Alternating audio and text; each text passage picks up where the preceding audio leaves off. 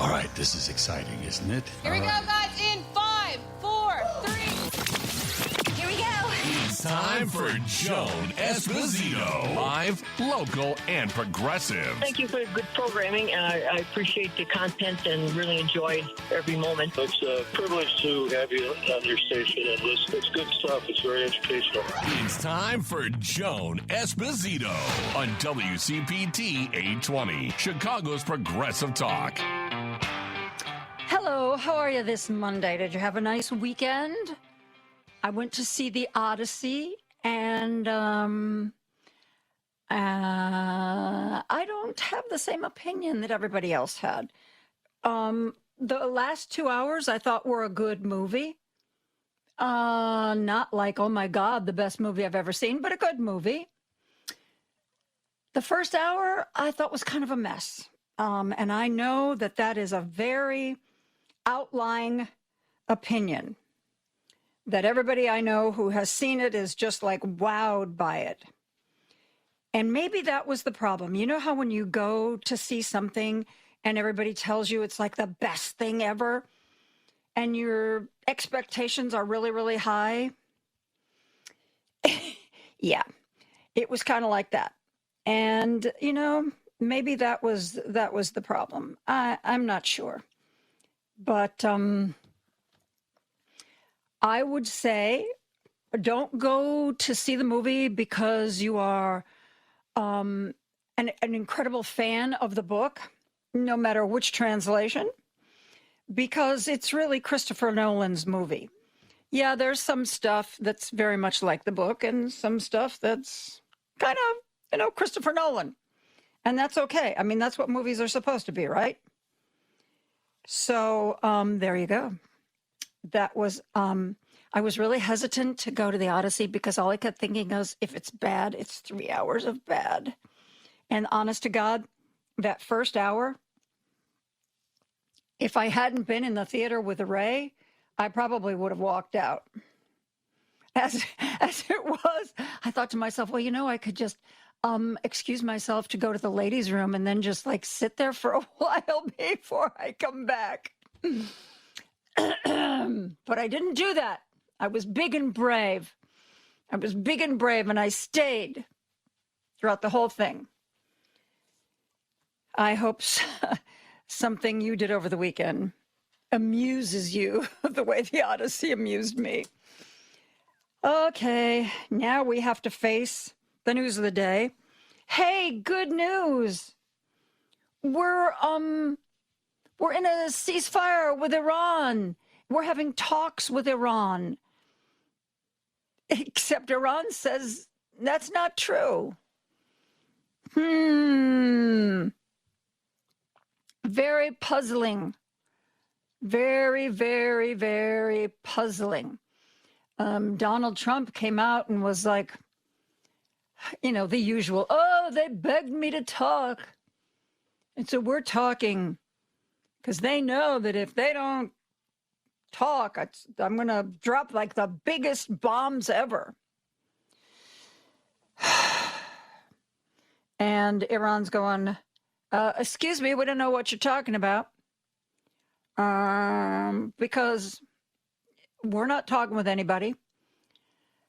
Here's the thing that I think caused this.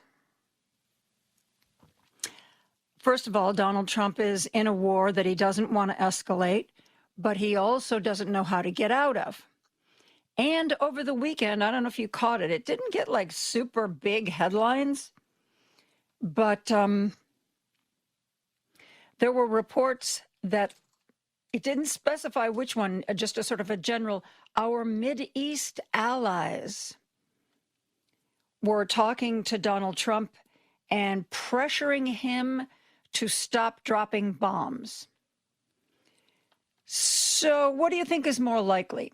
That Iran was like, oh, please, sir, talk to us and give us a deal. Please, sir, stop bombing us. Or Saudi Arabia, Jordan, Oman, United Arab Emirates got on the phone with him and was like, dude, you've got to stop dropping bombs. There's absolutely no way we are going to wrap this up in any kind of form if you are still dropping bombs. And so Donald Trump does what he usually does. He sort of makes it up. Oh, yeah, there's a ceasefire. Iran is begging to go back to the negotiating table. And what? It'll be over soon? I don't know. Iran, according to The Guardian, Iran is in direct talks with Oman.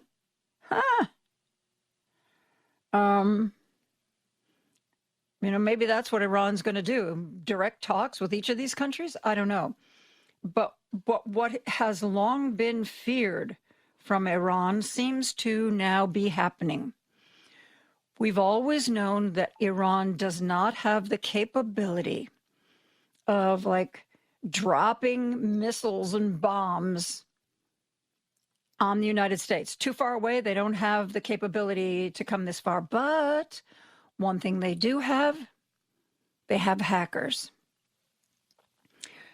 Remember when it was in the news that the water treatment plant in Minnesota had been hacked? And while they kept saying, the water is still safe to drink, but, oh, by the way, this part was hacked and these alarms were shut off remotely. So when this other thing was happening, nobody knew. And then Donald Trump, of course, said, because he hates Tim Walz, oh, Minnesota did that to themselves. Well, there have been other states that have been put on notice. Not Illinois, as far as I've seen yet, but there have been other states put on notice that that their water systems might be hacked as well.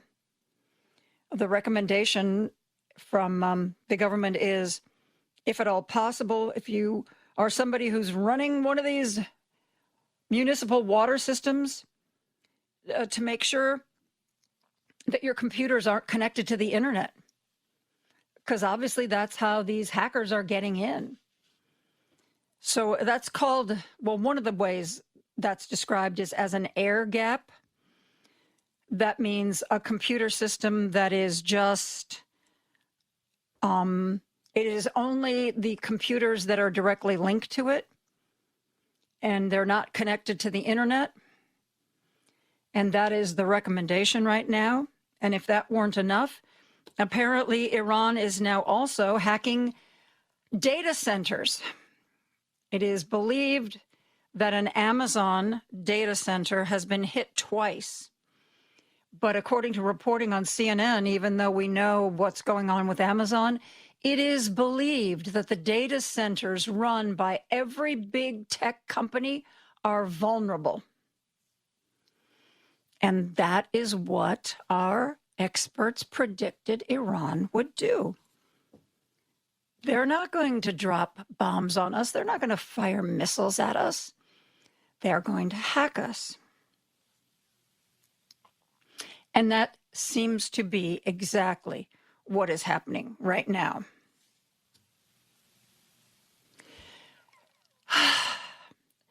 So, despite what Donald Trump says, that he stopped bombing because Iran begged him to, I think the far more likely scenario is that our Middle Eastern allies were like, dude, you've got to stop this. You got to stop it now.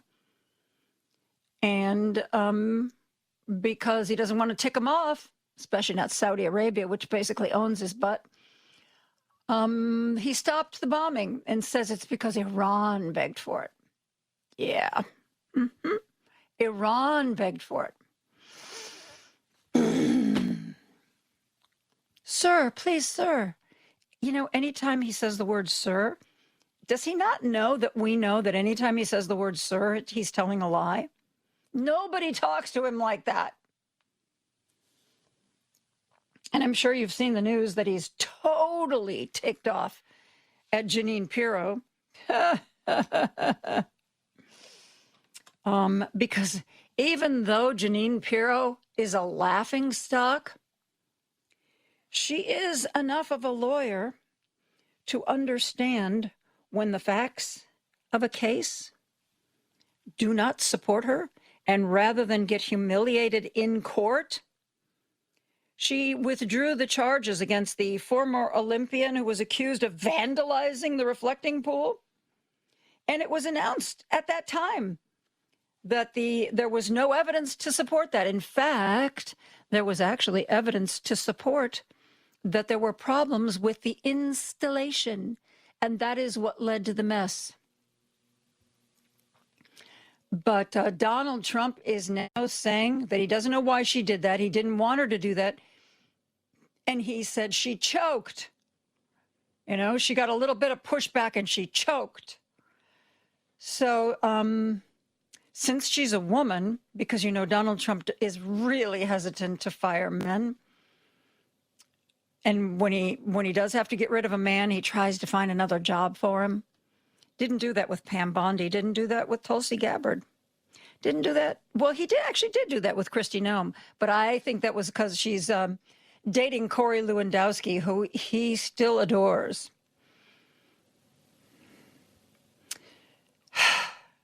Janine, does this mean if he fires her for doing the right thing, we have to stop making fun of her? I kind of feel like that's what it means. What do you think? Huh. Well, if we have to stop making fun of her, then that's what we do, right? Right. Oh, who would have ever believed that she'd have been the U.S. attorney that actually follows the facts? I'm sure something will happen. Like, you know, she's like Todd Blanche. She really wants to do whatever Donald Trump wants her to do. And apparently when it comes to Todd Blanche, Donald Trump really, really, really wants him to be head of the DOJ. Isn't that interesting? Isn't that interesting? And Todd Blanche, Donald Trump knows, will do whatever he says.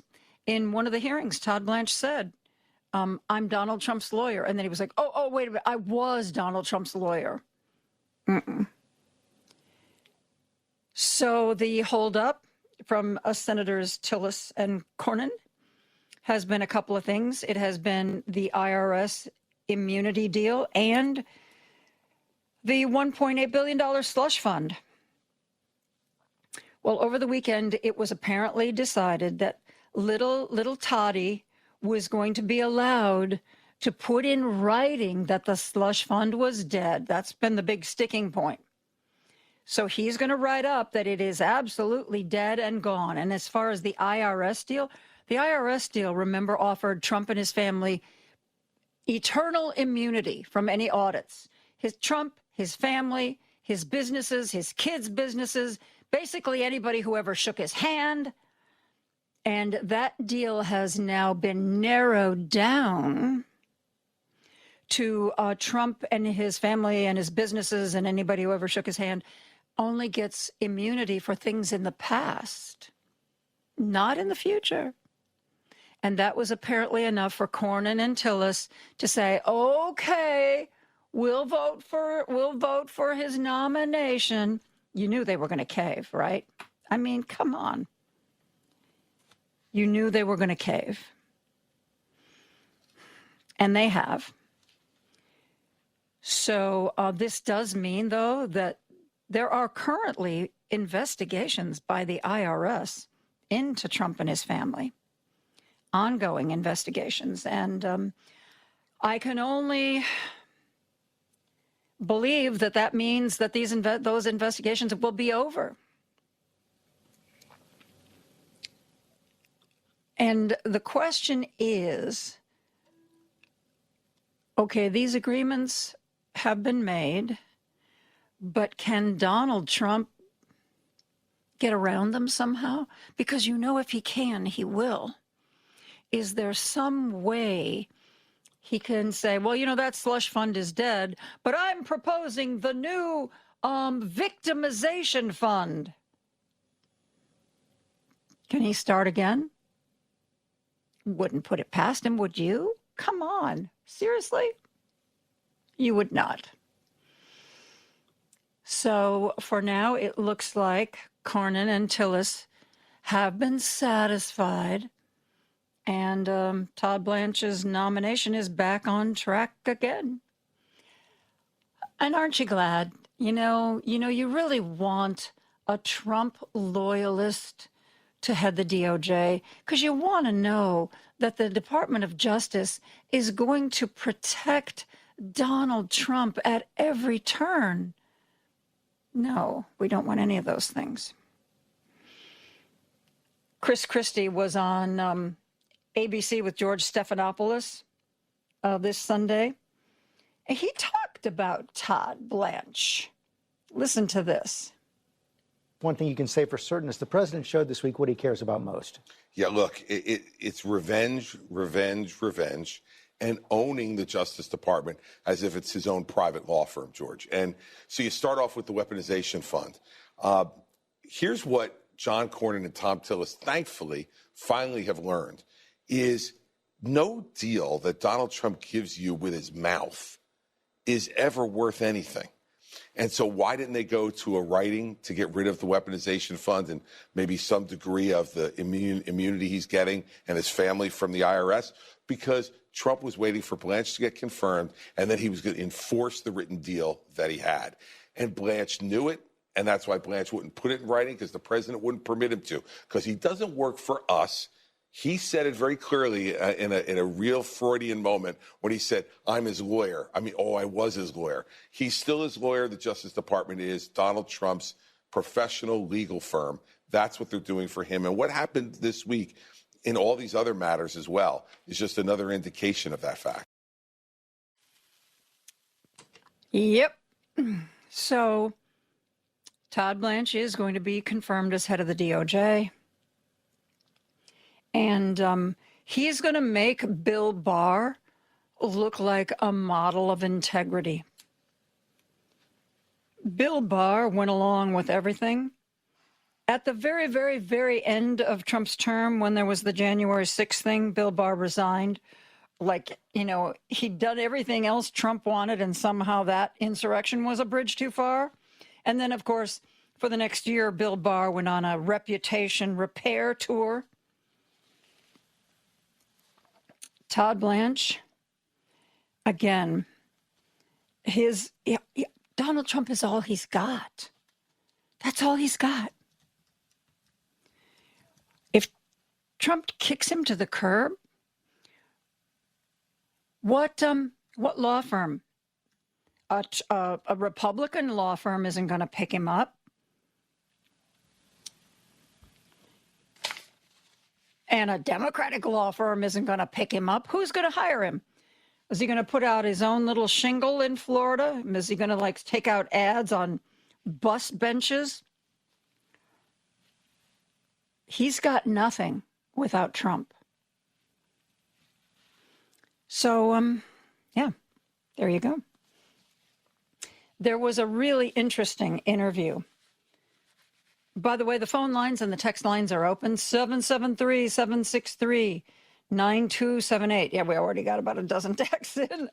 773-763-9278. Paul Shivari is ready to talk to you on the telephone, or you can use that same number to text me. We've been talking, and you've been sending me texts about what's going to happen with the midterms. Is Donald Trump going to find a way to not have the midterms? Well, the feds don't have control over the elections, the state board of elections. So it would be really hard for Donald Trump to cancel the midterms. And then we were thinking, well, is he going to have the National Guard or even worse, ICE show up at polling places to scare people? Possibly.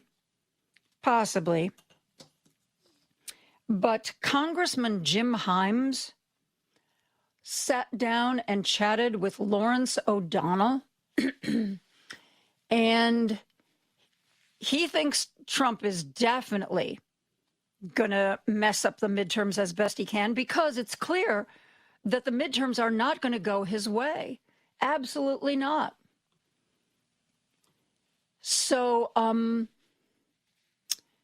Jim Himes was talking with Lawrence O'Donnell, and he laid out the scenario that he thinks is most likely for the way Donald Trump will attempt to disrupt the midterm elections. And I've got to tell you, when I heard this, man, it made my skin crawl because it seems so plausible, so believable. Rather than trying to paraphrase it, I'm going to let you hear what Congressman Jim Himes, who, by the way, is ranking member of the House Intelligence Committee, how he thinks Donald Trump is going to interfere with the election. Listen to this. And so what the president did tonight was lie. And the issue I'm going to take with you, Lawrence, is that, yes, maybe it's partly about the SAVE Act, which is a ridiculous solution to a problem that does not exist. Foreigners do not vote in U.S. elections. That's the facts. But what worries me, and the reason you hear some emotion and some passion right now, is because here's the scenario. Election day is going poorly. Jon Ossoff has been clearly reelected. In Michigan, a Democratic senator has. So the House of Representatives is about to change hands to a Democratic majority and maybe even the Senate. And what do you think happens? I know what happens because I was stuck in the chamber on January 6, 2021, when a mob of thousands of people motivated by the president tried to stop the transfer of power. So when Donald Trump sees that those are the results, which are likely, he's going to say, remember in July when I told you that the Venezuelans and the Chinese, that's exactly what happened. So what we're talking about here is not about the SAVE Act, which is an abomination, but it is about setting the stage for Donald Trump to reject the results of the upcoming election. And every American citizen, and I know it's hard to reach some of the president's most closest acolytes, because I work with 220 of them in the United States House of Representatives. That's the Republican conference. But this is a moment for the American people to say, what is going on here? Look at whitehouse.gov, look at the China section, and look at document after document after document, which is nothing but black lines of redaction. That tells the story. I believe you and the New York Times and other members of Congress are going to completely dismantle, as you're doing right now, and I want to encourage you to keep doing it, these documents that he's talking about. But take me to this other point. Take me to that election. Now we're after the election. In the scenario you just came up with, we're counting votes in Georgia, and you said Donald Trump will reject the election. And do what? Here's what happens. Senator Ossoff, who you just had on tape there, has clearly won. Yeah. We know how the president feels about Georgia. You ran the clip. When he lost Georgia, did he concede? No. He called up Brad Raffensperger, Republican Secretary of State, find me 11,000 votes. Clearly corrupt. No one can look at that and say that's anything other than criminal, but also corrupt. Right. So when Jon Ossoff wins, this is just one example. And remember, there's a Senate race in Michigan. There's a Senate race in North Carolina. Donald Trump looks at that and he says, my people in Venezuela, because remember, Donald Trump and Marco Rubio are running Venezuela, have found secret intelligence that shows that in Caracas, Maduro's cousin manipulated voting machines in Georgia. This is how this happens. This is how American democracy goes away. What do you think? I think that is the one scenario that I've heard that makes perfect sense.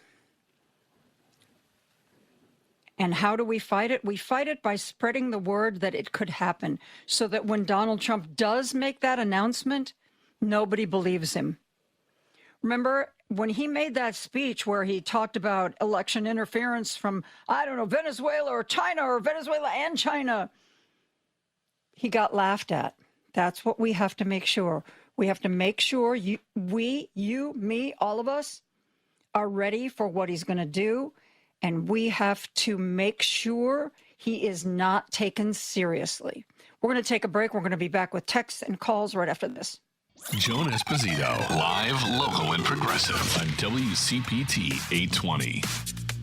We are taking your texts and reading your calls. Yeah, that's what we're doing. 773, it's Monday, 773-763-9278.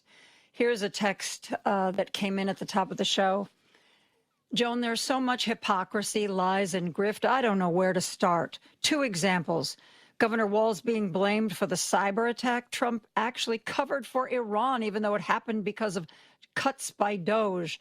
The contractor is now the blame for the reflecting pool debacle, even though Trump gave his pool guy the no-bid job, then drove a 9-ton presidential limousine over it before the coating was cured. Meanwhile, we pay more for everything. The grift goes on, and the Epstein class is protected during these costly distractions. He also owes $100 million in back taxes. That's why he wants immunity, and that's what he owes pre-government grifting of millions. Put that in your MAGA pipe and smoke it. And we also got this one. Scaramucci, Anthony Scaramucci, was on MS Now. He coined a new term, non-negotiation. Apparently, we're having lots of non-negotiations with Iran. Let's go to the phone lines. Dave's on the line from Hoffman Estates. Hello, Dave. How are you? Hey, Joan. I believe today is supposed to be the drop-dead date, pardon the pun, on the Mitch McConnell thing. That Bashir. Yeah, Andy Bashir is clearly not going to. Andy Bashir, actually, I saw an interview with him over the weekend, and he said, you know, a lot of people really want me to take strong action about this seat, but here's the deal. He said, whatever's going on with Mitch McConnell, he is clearly not going to be able to cast a Senate vote for the foreseeable future. And he said that puts the Senate down one more Republican vote. And he said, I know people want me to take action and do something. He said, but I think we will get more value out of having one less Senate Republican voting than we would over anything I could do. So that was his explanation. And, you know, maybe he's right. Maybe he's right. I don't know.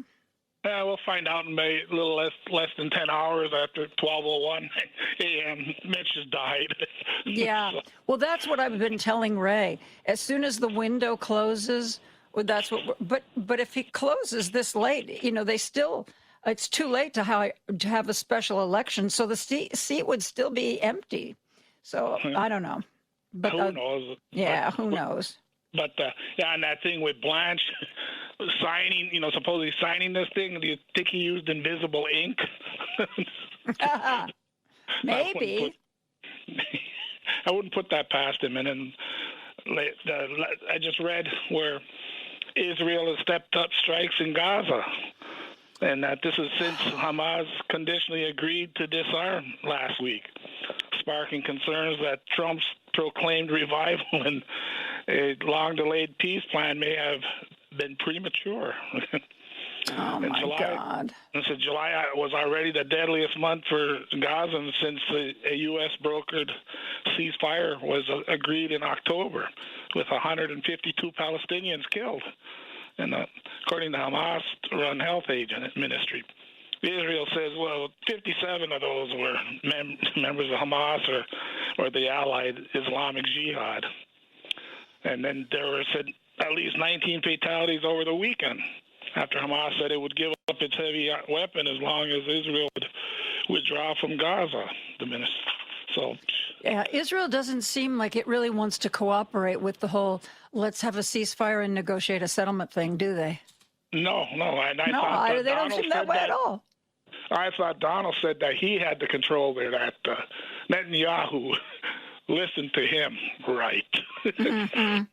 Yeah, he just needed to have a little backup. And I think he was, when Trump did his, she loves me not, with the bombing thing, that they were all amped up, ready to go too.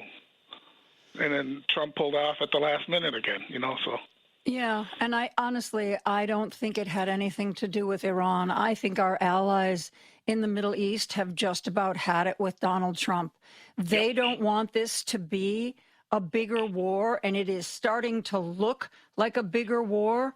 And I believe that they all, either together or separately, told Donald Trump that he's got to stop dropping these bombs, that he's got to get some kind of a ceasefire. Because this thing is expanding, and that's really dangerous. He should just do like what's going on in Korea right now. That it's I'm trying to think of the term, that if North came across the border, we're back at it, So yeah, set up a DMZ, a demilitarized zone. Something like that. Yeah, and put the Strait in it. Yeah, the Strait or the other one to the left of Saudi Arabia. Yep. Anyway, let me clear off. So thanks, Dave. Thanks, you, Joan. Thanks so much for the call. I got this text. How do you know it's Iran hacking data centers? Could very well be Israel. You heard it from where USA media lies about everything. I still remember Saddam had weapons of mass destruction, lies by the president. And you guys, I assume they mean journalists, claiming we had to invade Iraq. And here you are repeating a claim made by Trump. Actually, Donald Trump is disputing the fact or the allegation that these data centers were being hacked by Iran. Donald Trump has said that's not true. And I was reading, I went back and reread the article in the New York Times. And what they said was officials cautioned they had not definitively determined Iran was responsible and that the investigation was preliminary. But they said Iran had stepped up cyber attacks since the United States and Israel launched their war against the country. And Iran had previously targeted similar water systems and other critical infrastructure in the United States. And because, nobody was demanding a ransom, so it didn't seem like a criminal hack. It's just that all things seem to point to Iran.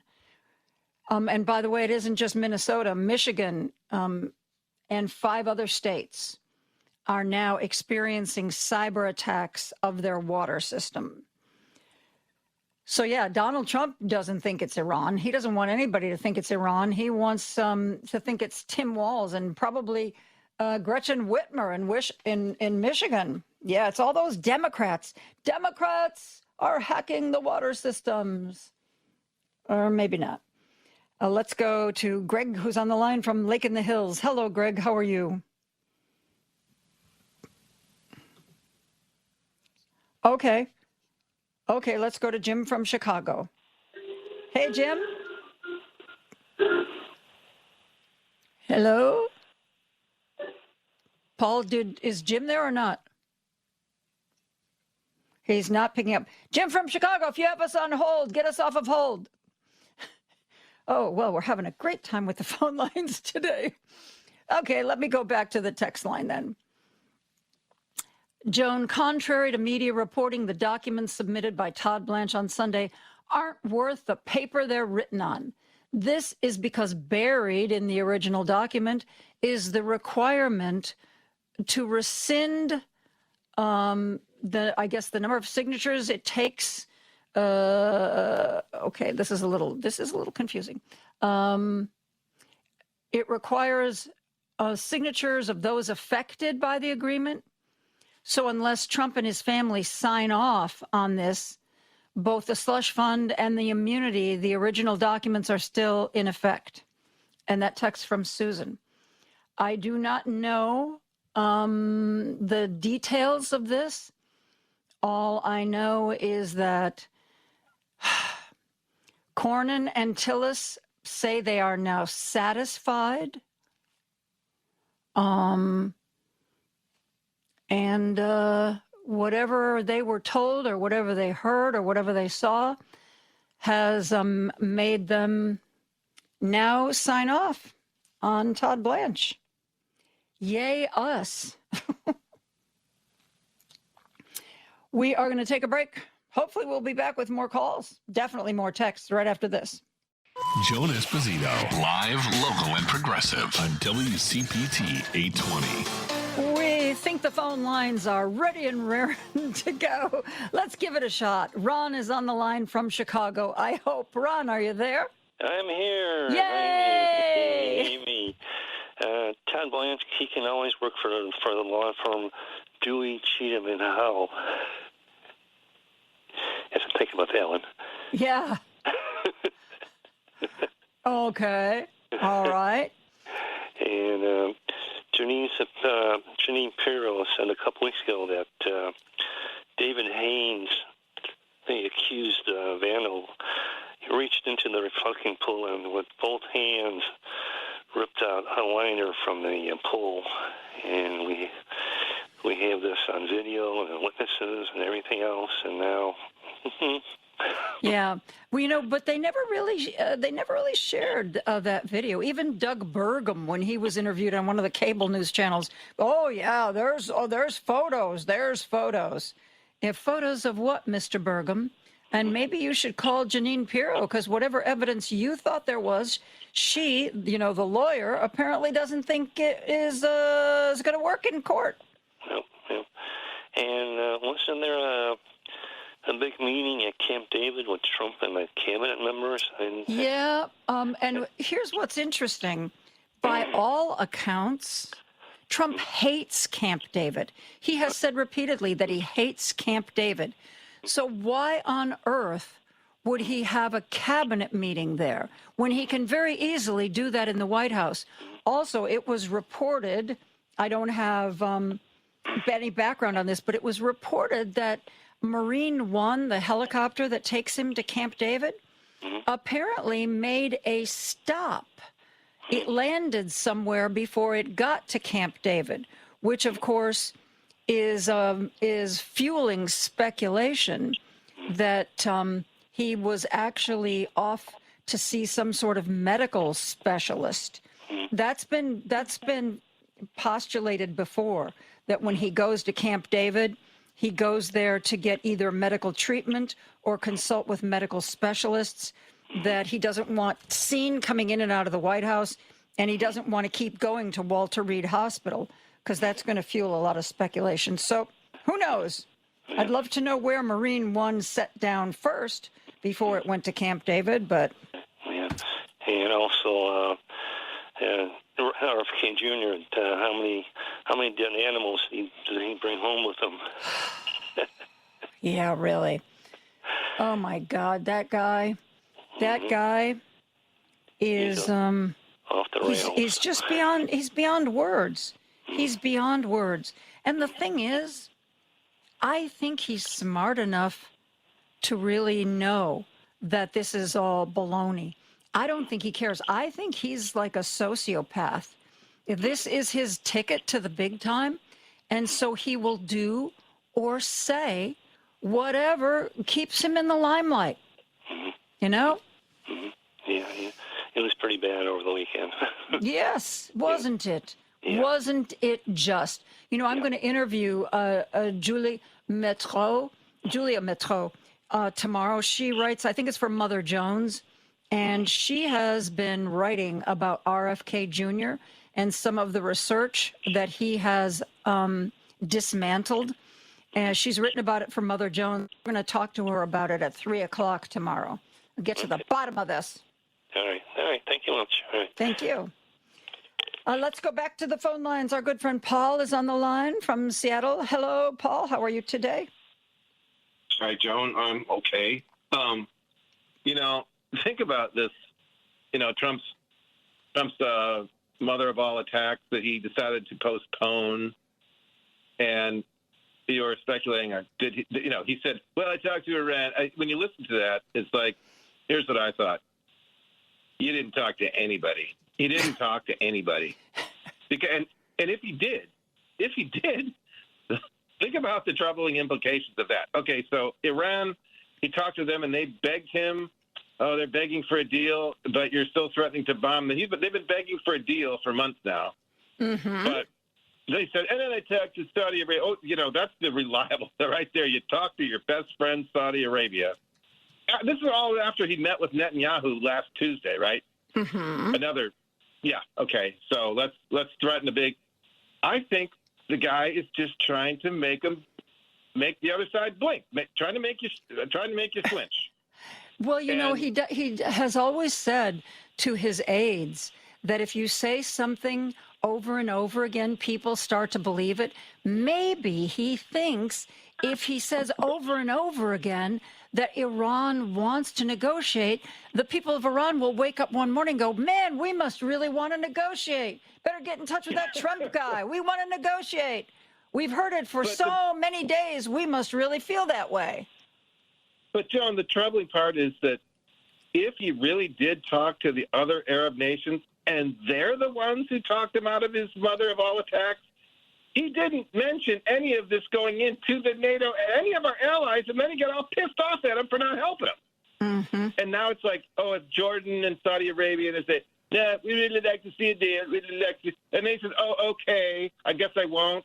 I mean, what this does, I've gotten in my mind this image of Iran kind of playing the part of, remember in the Monty Python and the Holy Grail, where they came to the French castle, and John Cleese is going to King Arthur. He's going, I blow my nose in your direction, Sir Arthur King. And he's like, yes. He's taunting him. Actually, I think what he said is, I fart in your general direction, but that's okay. And they said, if you let us in, you can join us in our quest for the Holy Grail. And John Cleese says, we already got one. And he's like, it was just like, and then they started flinging cattle and, livestock over the wall. And yeah. And this is what Iran is doing to Trump. Mm-hmm. I mean, it's just like they like we were saying before, they've got control and they know it. And they got him on a yo-yo. He's on a yo-yo, and they're taking him up and down. And Trump is, all he's done, he hasn't offered any interest-based negotiations about anything. He just keeps thinking, if I threaten you, then threaten you enough, then you're going to. Because that's the way he's always operated his businesses. And if he threatened, whether it was workers who were trying to collect on a bill or anybody else, if he threatened them enough, eventually they would wear down or back off. And he doesn't understand why his threats are not having the usual result. Iran is just kind of saying, no, they're just kind of letting it roll off their back. But that's his only go-to. That's his only move. That's the only way he knows how to get somebody to sit at the table, is by yelling at them and threatening them. It will never occur to him to rehire some of the experts on the Middle East who should have been the ones sitting down and trying to negotiate this. It never would occur to him that that's the way to get this done. So I think, honestly, I think the only way we're going to get out of this now is Jordan, United Arab Emirates, Saudi Arabia, probably now even Egypt, that they're being attacked by drones. They are going to have to go to Trump and say, this is over. It's over now. If you want to keep air bases in our country, this is over now. Yeah, he's walked himself into that weak position of having to he's given power to everybody with his incompetence. It's just, he's given power to Iran, and he's given power to all of these are supposed allies in the Middle East who we've always treated as our little puppets. You do what I say. Now he's given them power. They can say, yep, okay, get your bases out of here because this is costing us too much money. And he's never tried. This is why I don't think that, the art of the deal, him masquerading as this master negotiator, he's never, like I said before, he could have just said, for the hundreds of billions that we're spending on this and continue to spend, he could have said to Iran, hey, how about if we give you say, $25 billion for the uranium, and we come and pick it up, and we don't. He could have bribed the mullahs, and they would have taken it, and then and the other thing he hasn't done is saying, but why do you want this uranium? Why do you want to? Because one of the things you learn in negotiations is if you can figure out why the other person is stuck on their position, you might be able to say, oh, okay, well, if that's the reason, well, you can have that part. We just want this. And he never even tried this. I don't think his Witkoff and Kushner, these people don't know anything about, they know nothing about negotiation, let alone international diplomacy. Nothing. Absolutely nothing. Yep. Absolutely. I agree with you 100%. 100%. And so we're stuck. We're stuck until the Congress can get us out of this, until a Democratic Congress can say, nope, no more. You're not getting any more. Yeah. And the other thing is, here's what Hakeem Jeffries. I'm going to call my representatives and say, look, Bibi Netanyahu has a warrant out for his arrest from the ICC, the International Criminal Court. Why are we voting to give them money? I'm sorry, it's not about Israel, but if the leader of the country has been indicted as an international war criminal, then I'm sorry. He's been the prime minister for 17 years. I'm sorry. We have to say, and we can do this, it's legal to say, until you can change some of your political positions and not have a war criminal as your indicted war criminal as your prime minister, no more financial aid, no more foreign aid from us. Thanks. Makes sense to me. Thanks for the call, Paul. I want to try to get one more call in before we break for news. Let's go out to Oregon, where our friend Victor is on the line. Hey, Victor, thanks for the call today. Hey, it's great talking to the very irresistible Joan Esposito. Well, thank you, sir. Anytime. You're such a great hostess with the mostest. But I would like to say that the cyber attack was probably done by Russia. And this was in conjunction with Donald Trump in order to lay the groundwork for the November election and call off the election or grab all the voting machines and say that, oh, we've been cyber attacked by Iran or China or anyone, or even the Democrats.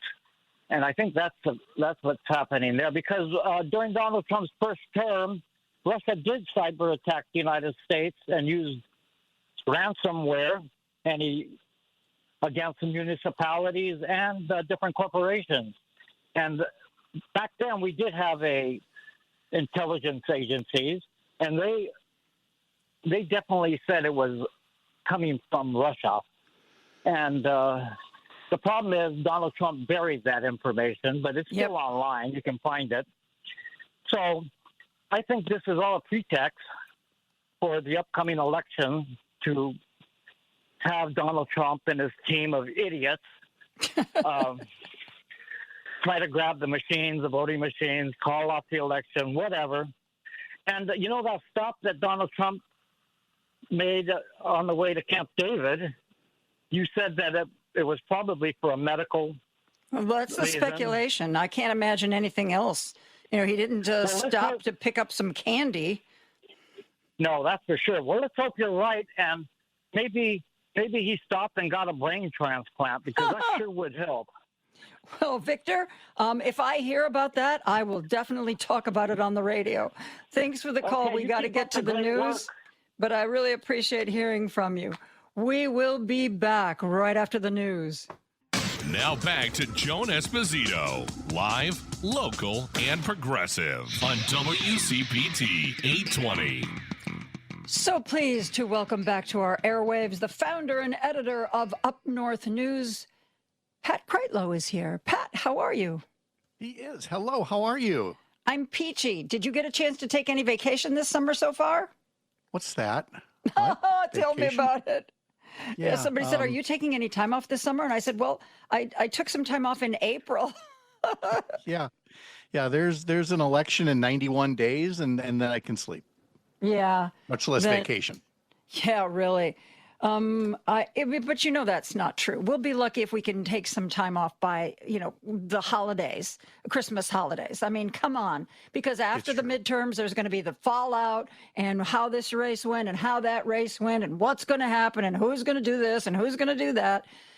So, yeah, we'll be lucky to be able to take the holidays off, my friend. I don't mean to be a Debbie Downer, but that's just the facts. But we get little bits here and there, and for once up here in northern Wisconsin, we had a weekend that featured neither triple-digit heat index readings nor Canada's wildfire smoke. So there were some times out on the pontoon this weekend on Lake Wissota. So have you been the batteries getting are smoke? recharged. Have you been? Oh, it was terrible for a while there. Absolutely. It was really something. You understand why, the health emergencies are issued and how bad it can be. And, I'm just glad that, the winds and the fires have shifted in a way that we don't have to deal with it here now. Amen to that. I feel so sorry for those folks in Minnesota and in Canada. And now the video of the fires in Spokane, Washington, people who still say that there's no change in our climate, do they think that this extreme weather, these floods, these extreme fires, the fact that hurricane season is longer and more dangerous than it's ever been, what do they attribute that to? Just, we're just having a bad couple of years, I guess. It just happens, I guess. Nothing that we can really do. And you hear our grandchildren and our great-grandchildren, calling to us from the future going, what were you thinking? Yeah, really. So, some of us knew. Yeah, some of us knew. Some of us have tried. Yeah. Hey, I read, there's a lot going on about the Wisconsin governor race. Obviously, Mandela Barnes dropped out, and you reported that. A Democratic strategist once told me that the only reason somebody drops out of a race that they've committed to is because they've run out of money and they don't see any more money coming on the horizon. Do you think that was the case in Mandela Barnes' situation? I think that it was mostly the case, but of course... Excuse me, somebody just rang the doorbell. I apologize for the dogs. Go ahead. No, running out of money is definitely part of it. Running out of momentum is a part of it. What do you mean by that, momentum? Well, when you have somebody like State Representative Francesca Hong, who has such a dominant lead in the field, and as we get near the end, you get within the final week or two of the campaign, if there's just no sense that momentum is building for you, but instead, as often happens, the front runner picks up more and more support as you go on, you then have to ask yourself some tough questions like, can you make payroll for all these people working on your campaign? But there is also, in the case of the former lieutenant governor, these, rumors and then press reports that there may have been some, untoward behavior toward young women that either were working, if not for him, then alongside him. And and so, and look, there's been this kind of talk has swirled around Mandela Barnes for some time because he's a young man. He's a young, handsome man. He has dated a lot. Not a crime. Where the problem comes in is, if either he did something in any given relationship or if a relationship dealt with a subordinate, well, then that's a whole different ballgame altogether. Yeah. And it's not altogether clear, even from the Milwaukee Journal-Sentinel reporting, if we're actually talking about one or the other of those cases. If it's more a case of, as many a celebrity has done, hey, do you know who I am? Is it icky? Yeah, it's icky. Is it disqualifying as a candidate? No, makes you look bad. Going to cost you votes. But as far as whether people speculating that that's the sole reason or the main reason Mandela Barnes dropped out, I would disagree, saying he's also in his own statement said it's pretty apparent who our nominee is going to be, and so why prolong the pain if it looks like you're done. I don't know if you saw. I think I might have sent you the link to the Wall Street Journal, which. This caught my eye because the Wall Street Journal sometimes is really hysterical about Democrats, especially Democrats on the left. And the headline was, "A Democratic Socialist bartender rattles party elite in run for Wisconsin governor." And they have this picture of Francesca Hong. She's got a bullhorn at her mouth, and she's got this really serious expression on her face, just like, she's not a Democratic Socialist. She's a communist, and she's coming for us. A Democratic Socialist bartender. Okay, Wall Street Journal, thanks for that. Just thought it was, as opposed to when the Up North News, Mr. Kreitlow reported on a new poll that said she took a lead, and you have this picture of her, and she's smiling. Oh, my goodness, what a difference a publication makes. Very much so. You've got somebody who is, a normal human who has worked as a bartender and a chef and owned a small business, but whose ideas are perhaps bigger or bolder. Her style is more brash. And when you have as many people now as we have who are just sick of the whole system, and it's not just people on the far left, it's people center left, it's people center, it's people center right. They are just sick of what they consider to be, milk toast or moderate or whatever pejorative you want to use, Democrats who aren't standing up to Trump and the Republicans in Congress, and they want something new and bold. And so now you have somebody who puts herself out there as a Democratic socialist, as have a couple of other members of the Wisconsin legislature and certainly others. And because it's got that S word in there, I mean, conservative media is suddenly going to forget all about affordability. They're going to forget all about the war in Iran. And we're going, all full-blown socialist watch for the next 91 days and every wedge issue imaginable to keep the focus off the things that actually matter to voters, that have them mad enough to embrace somebody that they might not have years ago who describes themselves as a democratic socialist. But in this day and age, people have had enough. Yep, they absolutely have. And what people forget, they try to somehow pair socialism with communism. And, if you're a democratic socialist, you don't turn your back on capitalism. You just, I think the underlying common thread is that democratic socialists believe that government should work for the benefit of the people. Oh, what a radical notion. What a radical notion. That's crazy talk. Crazy Ben Whitler, talk, I say.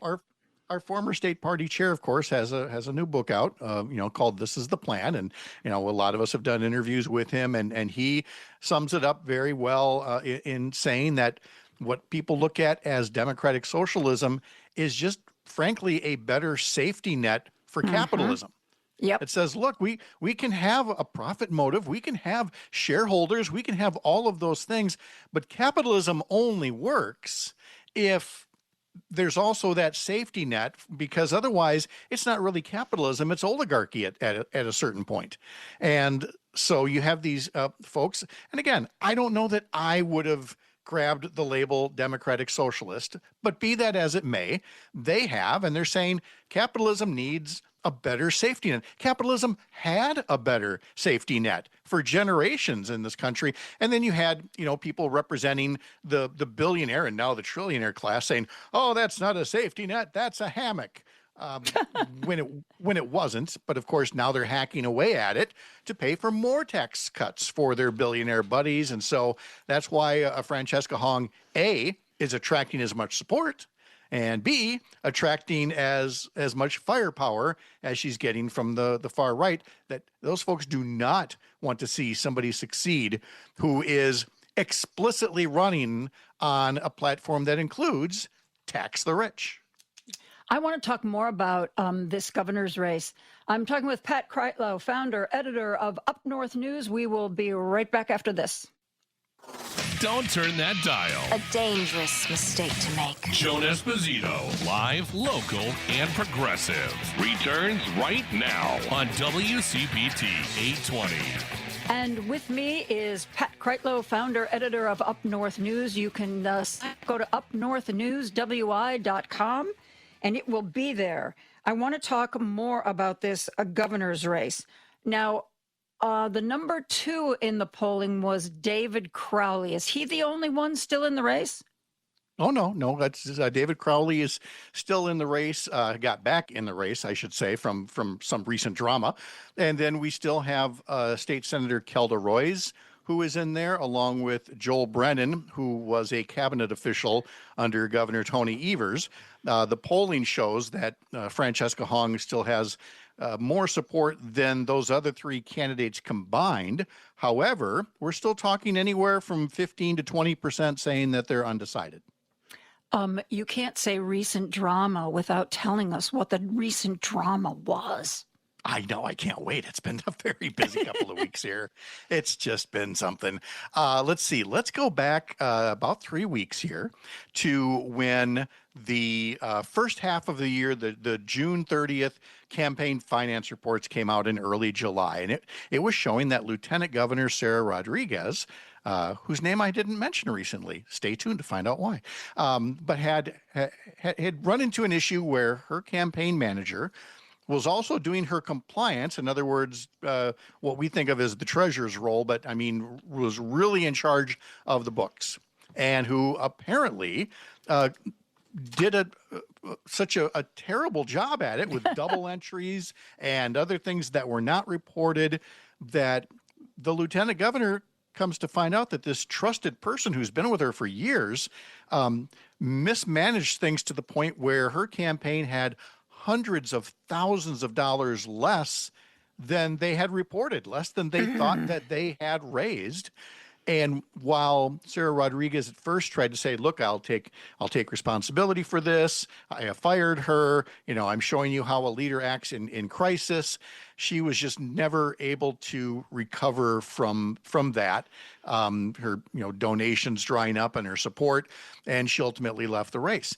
But when she first reported those numbers, that turned out to be false, they showed such support that Milwaukee County Executive David Crowley exited the race and endorsed her and said, I'm really not building the support that she has, and so I endorse her. Well, now then you go ahead, about 10 days, and Sarah Rodriguez is getting out of the race. David Crowley's getting back in, but there's more. Because we suddenly hear from somebody who has stayed out of the race entirely, and that would be our outgoing governor, Democrat Tony Evers, who endorses David Crowley upon his return to the race. Now, Governor Evers never said that he wasn't going to endorse. He said he wasn't going to right away, but that he reserved the right to at some later date. Well, apparently that was some later date, because now the governor and David Crowley are going around the state quickly doing, fundraisers and trying to build support to see if he can catch Francesca Hong in the polls. Okay. Did Tony Evers throw his support behind Crowley like the minute he got back in the race? Like, did Tony Evers know that the polling showed that Francesca was so far out ahead? Yes, and that's where we get into the whole notion of whether the so-called establishment is so concerned about Francesca Hong's electability. Oh, this whole question the Democrats have. If we put a Democratic Socialist on the ballot, the Republican's going to win, because everybody knows that they're too far left for anybody to vote for them in the general. Right. It's a whole notion of, what's the old saying is vote your heart in the primary, vote with your head in the general. And people saying, nope, you got to vote with your head now and vote for the person who is most electable, because you can criticize all of these, maybe you want to call them mealy-mouthed Democrats or whatever, but guess what? If you go too far left and then your far left candidate loses, well, you don't have a milquetoast Democrat in there anymore. You don't have a moderate anymore. You have some MAGA extreme Republican like Tom Tiffany. Is he a MAGA extreme Republican? He's to say MAGA extreme Republican would somehow I would infer that he came to that on his own, when he's really been nothing but a rubber stamp for Donald Trump, and I'm not convinced that he would have the capability to come up with these positions if Donald Trump didn't tell him to. He is extremely MAGA, to put it mildly, and there's a lot of concern that having, a Representative Hong on the ticket might hand the governorship to Tom Tiffany. And the folks on, the Hong camp are saying, wait. We've been hearing this cycle after cycle after cycle. Maybe it's about time we go with somebody who's got bigger ideas, who's bold, who's brash, who's a little bit profane. And guess what? They'll probably appeal to a whole lot of moderates as well, who are just sick of the current system. They're sick of Democrats not doing enough to fight back against Trump and the MAGA agenda. They see a path there because, again, so many people have come to her, as they did to Zohran Mamdani and in some of these other races.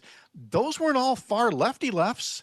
those were a whole lot of people in the middle saying, I'm ready for something else. They're not going to go with something else mega extreme who's looking out for billionaires and is going to take away their health care.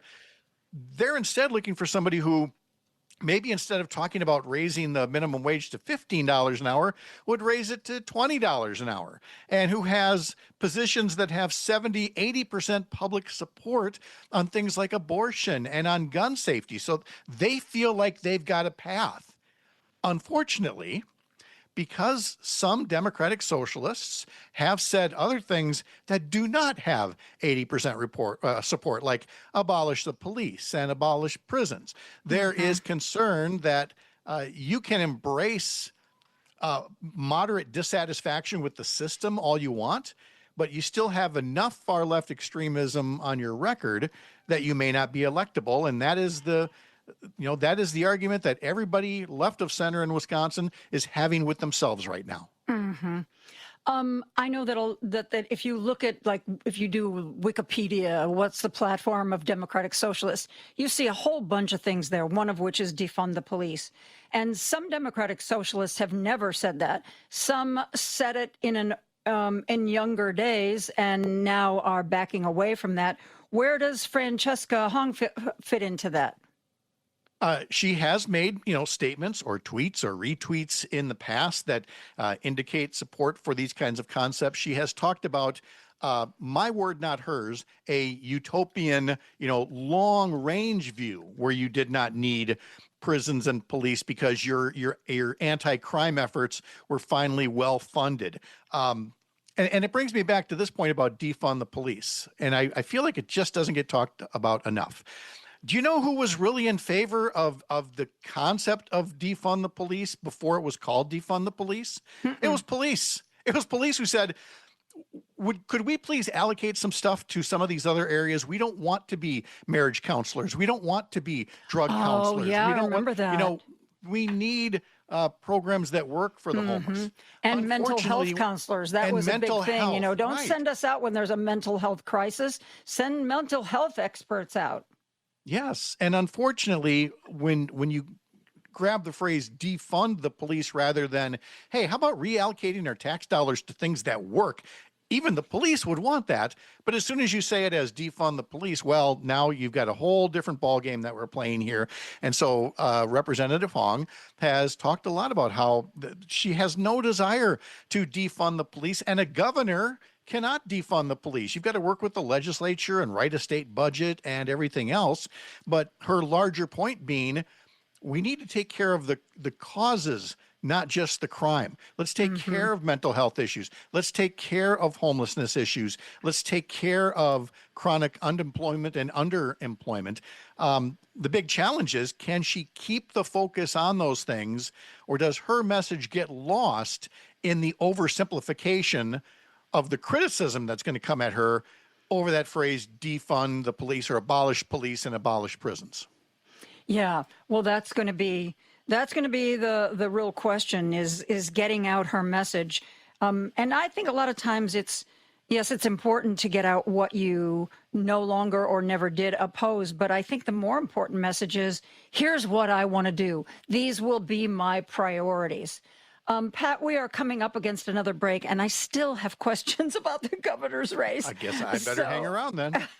Pat Kreitlow and I are going to be back after we take a brief break here. We have been talking about right now it's the primary. It's August 11th.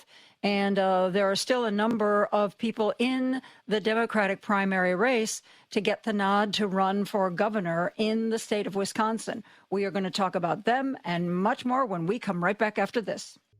Joan Esposito, live, local, and progressive on WCPT 820. Next week on Tuesday, Wisconsinites are going to go to the polls. It is one of the races that the whole nation is going to be watching is the Democratic primary to be the Democratic nominee to be governor of Wisconsin. Francesca Hong has the lead. Mike Crowley is coming in second and has Tony Evers on his side. You said that Mandela Barnes, we've seen that Mandela Barnes has dropped out. Sarah Rodriguez had to take herself out of the race. Mandela Barnes, he's kind of progressive. Do you expect his votes to go to Crowley or Hang? We've actually seen polling, both the Marquette University Law School poll, which is a long-running poll here in Wisconsin, and then Up North News partnered with Main Street Action and State Navigate to sponsor a poll that we released last week. And both polls basically showed that Mandela Barnes's supporters split pretty evenly in terms of going either to David Crowley or to Francesca Hong. So he did not have, a solid block of votes that he had been taking away from Hong or Crowley. If anything, our polling showed that Hong was getting a lot of support from people that otherwise might have gone to Barnes or Rodriguez, but they saw her as, the stronger candidate. So you think Sarah Rodriguez's voters are more likely to go to Francesca Hong? They certainly have appeared to. Again, they were fairly evenly split as well, but by and large, it's fair to say that a lot of them chose to go with Francesca Hong after this. But again, you had people that saw Sarah Rodriguez as, the quote-unquote establishment, the safe choice, the pragmatic choice, however you want to put it. And now at this late date, you have Francesca Hong, based on the last couple of polls, simply building on her lead as more people see her, hear about her, get to know her. And it appears that the attention that she's getting from right-wing media at this point only appears to be helping her. Wow. The more hysterical the Wall Street Journal gets, the better she does. Yes, basically. You made reference to the fact that, is putting a progressive on the ballot where voters are right now. I mean, we have seen, and I'm sure you get the same feedback. I mean, I get so many listeners who are just say they're sick of corporate Democrats. They're sick of people who, when there's a problem, want to write a stern letter instead of doing anything about it. And, you see some of the younger, more progressive, dare I say, legislators who seem to be more likely to take action, to speak out publicly in clear terms, as opposed to, say, a lot of the leadership, like Hakeem Jeffries and Chuck Schumer, even when they're mad about something, they seem to come out and be so careful. Like, well, I'm really mad about this, but I don't want to offend anybody. I don't want to burn any bridges. So let me just say, well, I really didn't like that this happened. And people are, I think there is a craving for somebody who says the old ways aren't working, the old candidates aren't working, let's try something new. And, I think that's frightening for people. And, 2020 hindsight will be perfect at the end of the month when we look back and say, oh, well, we should have seen that coming, whatever it is. Crowley wins. We should have seen that coming because, he's a centrist. Francesca Hong wins. Well, the people are really ready for some change. We should have seen that coming. So I don't know what we see coming, Pat Kralo. Well, I don't either. And let me just give a little bit of, credit or highlight for a bit what folks in the centrist or moderate camp would be saying. They would be saying, where's the magic wand where we can do more when Trump controls the White House and the House and the Senate and the Supreme Court? When you are at that short end of the stick when it comes to the majority, there's not much more than strongly worded letters is what they are, likely to tell you. I'm not saying that that's right, but they're looking at, people like, say, a Francesca Hong, who's going to be a governor if she wins, and say, look, you're still going to have to work with a legislature to get things done. You're not going to get everything that you want. Nobody gets everything that they want. So do you go with the person who is at least going to propose these bold things, or is that too bold and you feel like you've got to say, well, I appreciate, how bold you're trying to be, but we just don't think that you can win an election. And again, I don't have a right answer for that. I'm just telling you that here in Wisconsin, like in many parts of the country, we're looking at this anger that has turned into an embrace of, social democrats or democratic socialists rather, and saying, is this the direction the country is going to go in? It's what they want to go in, or is this a momentary, flash in the pan, if you will? And like you said, people are going to look back and go, oh my gosh, what were we thinking? Now we're stuck with MAGA again for 2 and 4 and 6 more years. Well, do you think we will get a sense for how things might play out in Wisconsin tomorrow when we watch the Michigan primary, where again, we have 2 candidates running to be the Democratic nominee to an open Senate seat. One of them is considered the centrist, sort of middle of the road. That's Haley Stevens. The other one is the dangerous far left progressive, Abdul El Sayed. And, everybody's like, ooh, like this is some sort of crystal ball race that's going to tell us everything we need to know about the remaining primaries and the midterms. What do you think about that?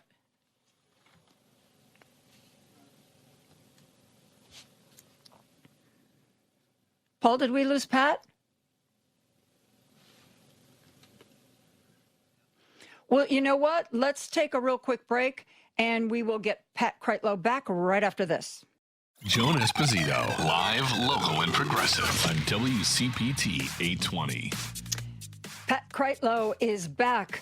When last we left our hero, the host of the show was asking a rather long-winded question that she now gets to repeat, if indeed she can remember it. What I was wondering, Pat, tomorrow we have the Michigan primary. Today's the last day. Oh, that's where we campaign. were, Michigan. That's yeah, right. Okay. And yes. We have a sort of a similar situation. We've got Haley Stevens, who is considered the more middle-of-the-road candidate, and Abdul El Sayed, who is considered the progressive, far-left candidate. And, the question remains, if they pick Haley, will they disillusion all of, say, the younger, more left-leaning younger voters, middle-of-the-road voters? Or will, if we pick Haley Stevens, is that the safe choice to run against somebody who's obviously going to be a MAGA Republican? And obviously, we've talked about how if you elect somebody in the primary who appears to be too far left, it's going to depress the turnout of moderates. Well, conversely, if Francesca Hong, for example, has been leading all this time, but then there's this coalescence around, say David Crowley, and he finishes in front of her.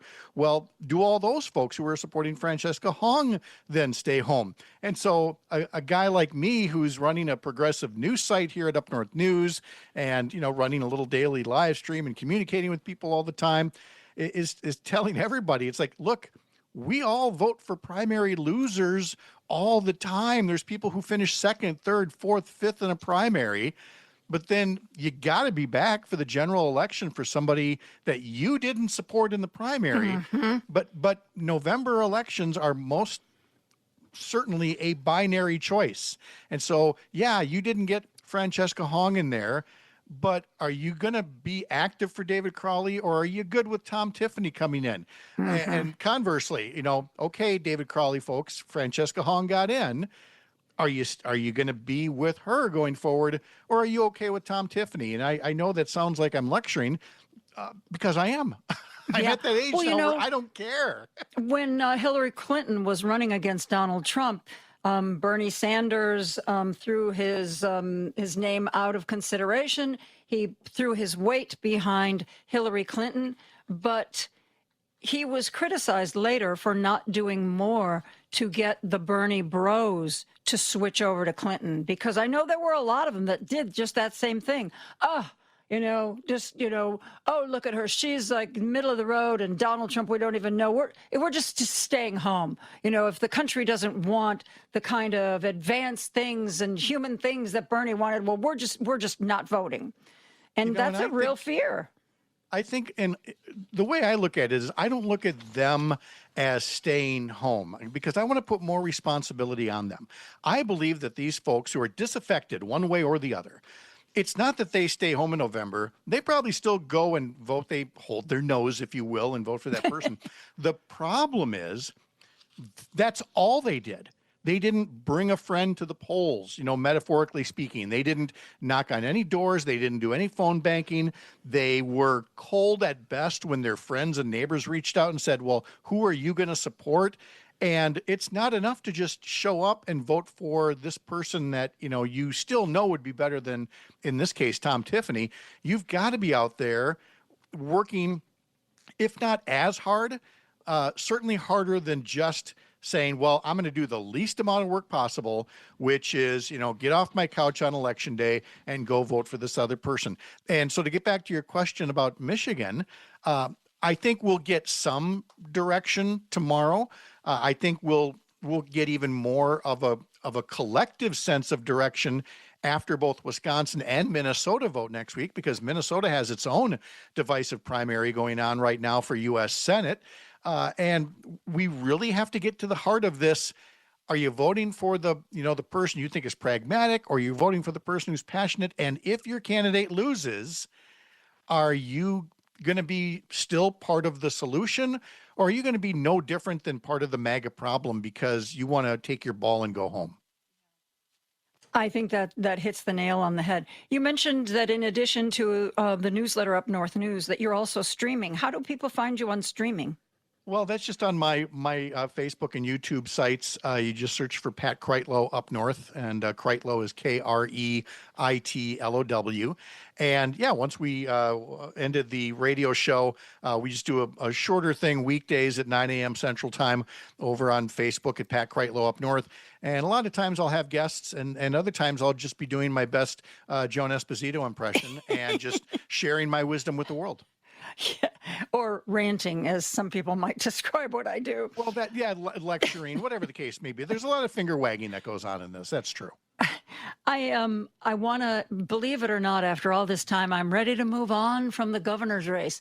And I know that you wrote an article about 7 other primary election contests that you thought the people of Wisconsin needed to pay attention to. What are they, and why do the people of Wisconsin need to focus on these 7 especially? Yeah, and there are more beyond that, of course, but there are several statewide offices in Wisconsin, but there aren't primaries for most of them. There's no primary for Attorney General or for Secretary of State, but there is for Democratic voters for State Treasurer. And so this new article at upnorthnewswi.com outlines the 2 Democrats, both of whom have engaged in years of public service and have been, stewards of taxpayer dollars.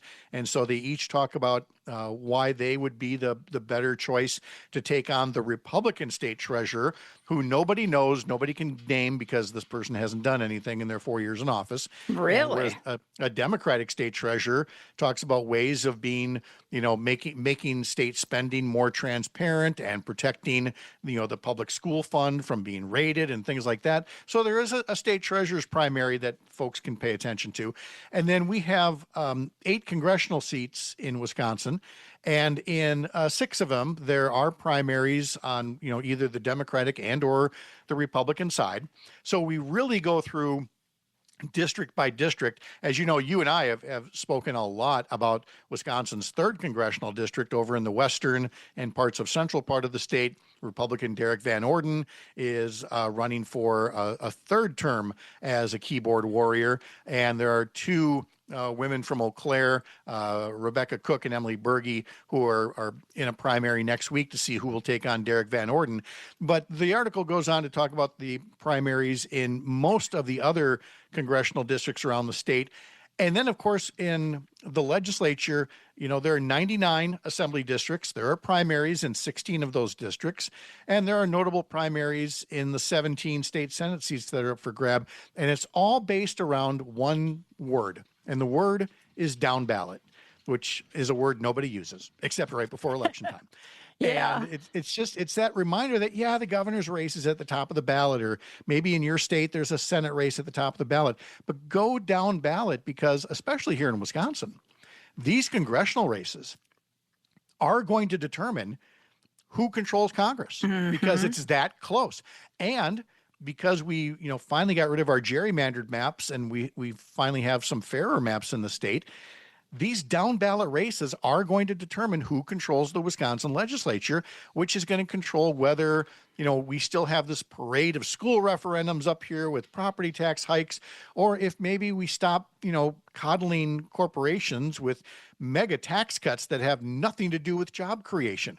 And that all comes down to your state Senate or state assembly race here in Wisconsin. And is Robin Vogt now out of Wisconsin politics or on his way out? Yep, Robin Vos is out. Oh, Vos, I'm sorry. I was thinking of Vogt, the guy in the Trump administration. Oh, yeah, that's right. No, he is the outgoing assembly speaker. He is not running for re-election. That's one of the districts where there is a primary. But he's part of. He's basically the leader of an exodus of Republicans. Like 1/3 of the Republicans in the state Senate have decided not to run for re-election. And a great many number of Republicans in the assembly as well have decided not to run for re-election. So next year... Is there one major reason why you think they are all jumping ship? Yes, he has a fake hair, orange tinted skin. He drove a big vehicle across the reflecting pool and ruined it and blamed vandalism. Yeah, I mean, look, they were already doing extreme things already, of course. They rigged the maps up here. We had the failed Foxconn deal up here. And no shortage of other things that had already started to reflect poorly on the Republican brand.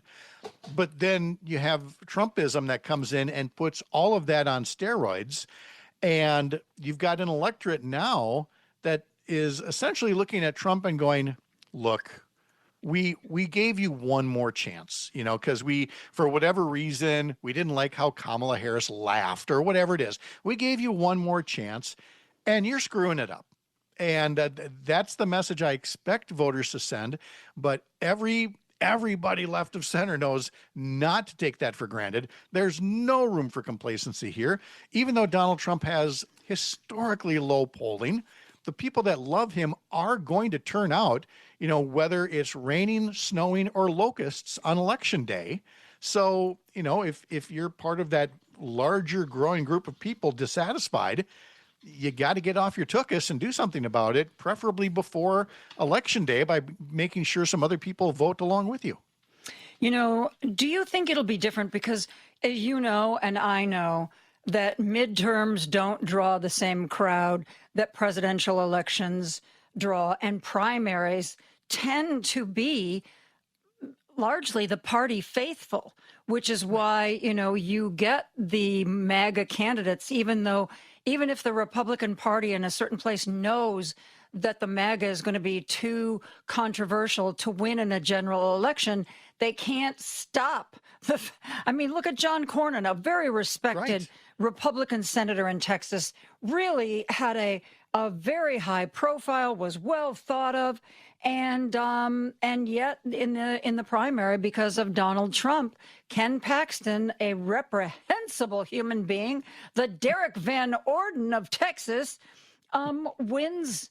And now the question is he too damaged to win over James Tallarico? We see this over and over again.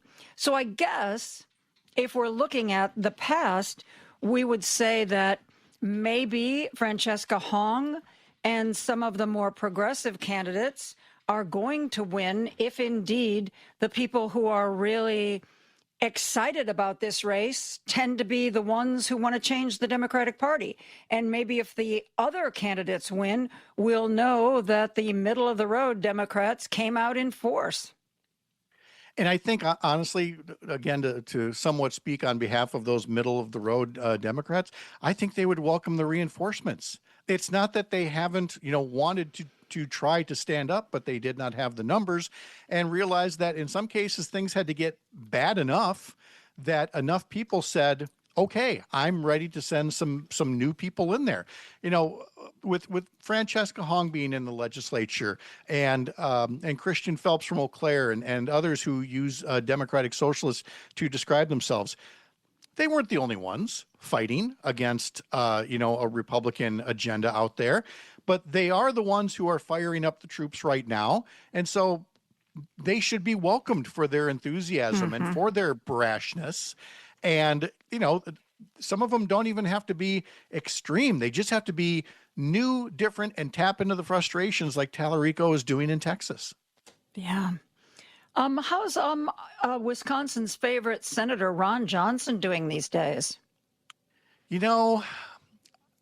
I try to pride myself on keeping up with the news, Joan, and I do try to follow some things as they happen, but I make an exception for Ron Johnson because there's nothing he can really do except annoy. And he engaged in that along with Rand Paul last week in, this, I'm trying so hard to use language I can use on the radio. Yeah, really. The thing that they did last week, targeting Dr. Anthony Fauci. So when you say what's new with Ron Johnson, he was reminding us of what a wretched, morally depraved person he was and remains when it comes to topics surrounding public health. And that, frankly, is about all we have heard from him lately, and that's just fine with me. Yeah. Well, when you're when you're going the same direction as Rand Paul, I think you always have to step back and say, "Ooh, what's going on with me? Why would I, why do I think Rand Paul is right about something?" Rand Paul is again trying to find the right words. Yep. He's something else. Let's just put it that way. He's something else. There you go. That's exactly what it is. And yeah, it's a lot like what I said, that I told my grandkids. I said, look, if you think you're doing something that you think is daring and all your friends start pulling out their camera phones and start taking video of you, you might want to rethink what you're doing because you might end up on Ridiculousness or America's Funniest Home Videos. And the same goes just like you said. If you find yourself going along with Rand Paul, you should maybe ask yourself, am I doing something ridiculous? And chances are you are, and you should rethink it. Yeah. I know your July 30th question of the week was, do we tax the rich? And if so, where do we start? Do you have the results for that yet? We do not. We'll have that on late Wednesday before we do our weekly newsletter on Thursday evenings that folks can sign up for over at upnorthnewswi.com. But we always get such great answers. We get a wonderful range of answers. And I thought this one was a good one to ask about because when the candidates for governor met last week in their only televised debate, the question was, you all say tax the rich. What is rich? And all of the candidates basically said the same thing, $1 million of annual income. And that to me just sounded like, well, that's an easy answer. That's an easy one to say. Let's make it more challenging. Is it $500,000 a year? Is it $1 million? Is it $2 million? Or are you going to say, no, we should not increase taxes on the rich because it will somehow be damaging and hurtful? So I'm going to be very curious to see if people like that $1 million figure. I have a feeling many will go for the $500,000 figure. What I think they won't do is the mistake that Democrats made back in 2010, 2012, when they said $200,000 is rich and we're going to increase taxes at that rate. Because that was a whole lot of white collar professionals in everybody's hometowns, your local doctor, lawyer, whatever. And they were like, hey, wait a minute. I'm not a hedge fund billionaire. Yeah, that's right. Why are you lumping me in with them? So the 200,000 was definitely the wrong answer. Should it be 500, 600, 800, $1 million? That's where we want to see it because there is clearly a lot of public support out there for raising taxes on the very wealthy. But now we have to get you to pin it down and tell us what that number is.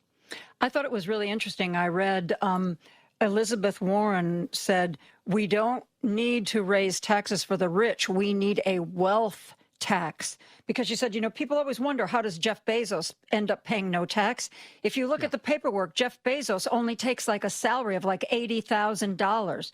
But they have these billions of dollars worth of stock, which they can then borrow against to finance their life.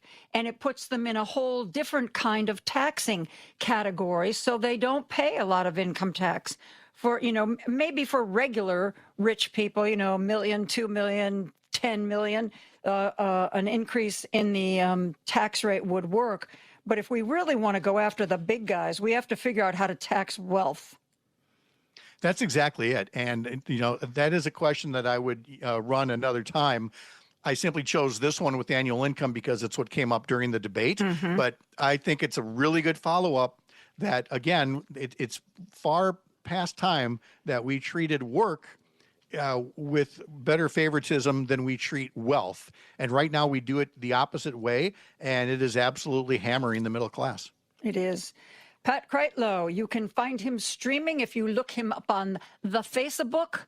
And you can also read the newsletter, Up North News. He does some great political reporting of what is happening in Wisconsin. Pat, thank you so much for joining us. Joan, thank you. Good to talk to you. Take care. Always a pleasure. We're going to take a break for news. We'll be back with more after this. Joan Esposito, live, local, and progressive on WCPT 820. I am very happy to welcome a new guest to our program. Joe Cunningham is here. You may remember when he was a congressperson from South Carolina.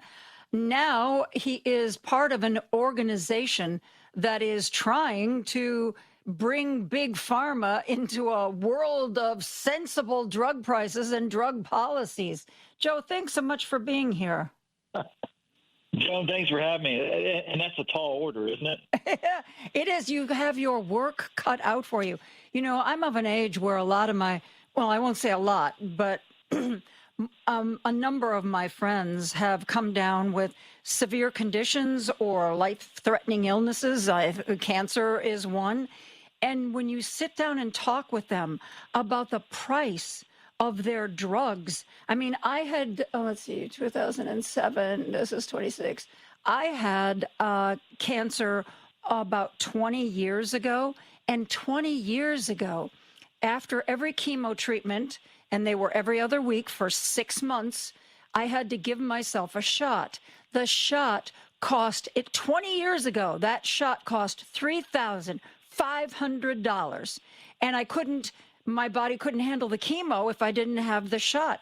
And that was 20 years ago. I can only imagine what that shot costs people today. It is so insane. How can you take this on? Well, I mean, my heart goes out to you and anyone who's suffered as a result of this. Our prescription drug policy in this country is disastrous. And what Big Pharma is doing to Americans is terrible. I mean, here's one example. I mean, there's a diabetes medication that in the United States, one Big Pharma company charges Americans $6,900 for the medication. But the same medication is available in Canada for only $900, and if you go to France, it's $200. More and more people just aren't filling their prescription drugs, their monthly drugs, because it's too expensive. Yep. You got 1 in 5 people, 20% of Americans who don't fill their prescription drugs because of the cost, and you got 1 in 7 Americans breaking pills in half. It's sad for where we are as a country. You are now a part of something called the Pharmaceutical Reform Alliance.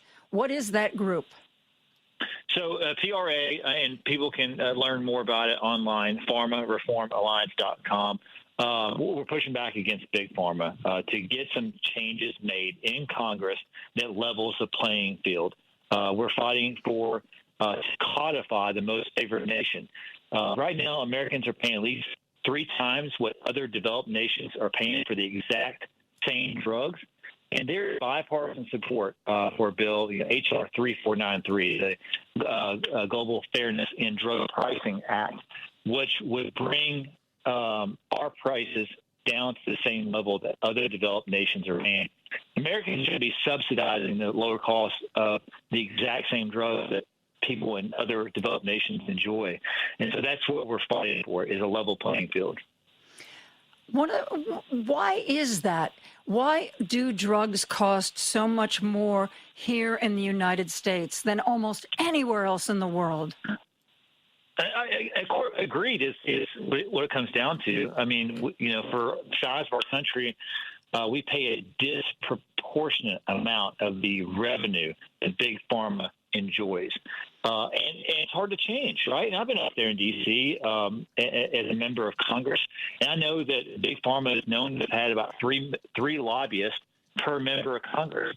I mean, just think about that. Just last year alone, in 2025, the pharmaceutical industry spent $450 million on federal lobbying alone. And so you throw that kind of money and manpower at it, a lot of members of Congress just throw up their hands and are happy with the status quo. But the fact is, at the corner of the affordability crisis that is engulfing America right now is the high cost of prescription drugs, because Americans are reminded of it every single month when they get it refilled, just like they are for gas or rent or any other monthly bill. And this is an issue that enjoys broad bipartisan support. That's what this report that we put out says, and people can look at that on the website at pharmareformalliance.com. Tell us more about what the report says. So it basically draws on the publicly available financial disclosures, the international pricing data, the policy analysis, and the new bipartisan polling to show, how the pharmaceutical industry has basically built a system designed to put profits over American patients. I mentioned some of these stats in here, but also when it relates to polling, this is an issue, codifying the most favored nation, codifying this notion of that America should not have to pay more than what other developed nations pay for prescription drugs. Enjoys 64% of Democrats support it, 70% of independents, and over 90% of Republicans. This is an issue that's a slam dunk as it relates to polling and something that can be done to rein in the cost of prescription drugs. So why hasn't it been done if it has that much support on Capitol Hill? It has the broad support of Americans. As I mentioned earlier, the lobbying arm of Big Pharma is enormous. I've been there. Joan, when you have groups approaching you and want to help you out in your next reelection, they throw all these things out there and want your help in supporting legislation that thwarts these goals that actually help the American people. And the truth is that a lot of members of Congress are laser focused on their next election cycle, which with a 2-year term starts the day after the last one ended. And it's an enormous lobbying arm up there in D.C. And also one that plays in these types of elections and promotes candidates or tears them down. It's a heavy industry in our country and a whole lot of power. But look, we have power of the American people behind us. We have public sentiment. We have the public feeling about these high costs of prescription drugs. And I think that's more powerful than anything. Yeah, I guess so. Joe, we need to. I hope so. I am hopeful that something can change. I mean, look, this cannot go on. It's got to change. It's got to change. It can't go on like this. It is not sustainable. We become like a frog in boiling water, where we become accustomed to it. But you speak to folks in other countries, like this isn't normal. It's not normal for people to say, I'm not going to get my medicine because I can't really afford it. Or people shouldn't have to choose between paying rent and picking up a prescription drug. You shouldn't have to break pills in half. Like this is something a problem that unfortunately is unique to the United States, and for what I think is believe is the greatest country on earth. This should not be a policy to put people into debt for prescription drugs. I'm speaking with Joe Cunningham. He's a spokesperson for a group called the Pharmaceutical Reform Alliance. We are going to take a break. We're going to be back with more after this. Now back to Joan Esposito, live, local, and progressive on WCPT 820. Joining me is Joe Cunningham. Once was a congressman from South Carolina. Now he is the spokesperson for a group that is trying to bring drug prices in line with, pretty much every other country in the world. It's called the Pharmaceutical Reform Alliance. And if we go to the main website, Joe, is that where we get the link to the study? Yeah, you can go on pharmareformalliance.com and also online at on social at Pharma Reform Inc. I hope the connection's better now. I apologize for earlier. It's bad enough people got to cut through my accent, but they shouldn't have to deal with the static as well. You have almost no accent, but we've found in trying to do interviews that AirPods, there's something about AirPods. They don't just work very well with the radio. It's storming here in Charleston, too. I hope y'all are having a bit better weather there in Chicago. Well, actually, we are for a change. You know, Chicago isn't usually the place where we brag we have better weather than the other person, but today is that day, Joe. You talked about how bringing drug prices down is so popular with Democrats, Republicans, independents. Are there bills working their way through right now that we need to know about and help support? There's a bipartisan bill that codifies what's called the most favored nation drug pricing policy, which brings America's prices in line with other European countries, other developed nations. That's H.R. 3493, the Global Fairness and Drug Pricing Act. And the thing about this, Joan, is it brings people from like all sides, like the far left and the far right. This is, you know, I can tell you in Washington, D.C., where they can't even agree on what the problem is, much less the solution. This is one of those things that is so ripe. And, you know, when you look at, and we got polling data on this as well, not just across the board, but also in like battleground states and battleground districts, which are going to dictate the control of the House and the Senate come later this year. It's got in here that 91% of battleground voters support codifying the most favored nation. You know, 85% are more likely to vote for candidates backing it. So this is, again, if I'm running for office and I see numbers like this looks like a slam dunk. Yeah. Is there anything that those of us who are not in elected office, is there anything we can do to help make sure these pass and that the pressure stays on? Reach out to your member of Congress. Ask them if they're co-sponsoring or supporting H.R. 3493, you know, the Global Fairness and Drug Pricing Act. I can tell you as a former member that every week our office, you know, would tally these emails and the phone calls and what they're attributed to, which policy or which, you know, bill or whatever. And those mean a lot. I mean, for the members who are up there, because it keeps a pulse on what the members, people in the district are talking about. And so if you flood your member's office and be like, you know, have you signed on to this bill? Well, you know, if not, you know, can you? That can go a long ways and just helping elevate the fact there is legislation that could directly bring down the cost of our prescription drugs. I think that's something that anyone could do. Joe, you hit on a point that a lot of people are unclear of, or some flat out just don't believe, that getting in touch with your representative is effective, that it makes a difference. Oh, I'm just one person. So how does the process work? And is it better to call or to email, submit some sort of form? Whatever people feel comfortable doing. You know, I know some people who do not feel comfortable reaching out via telephone.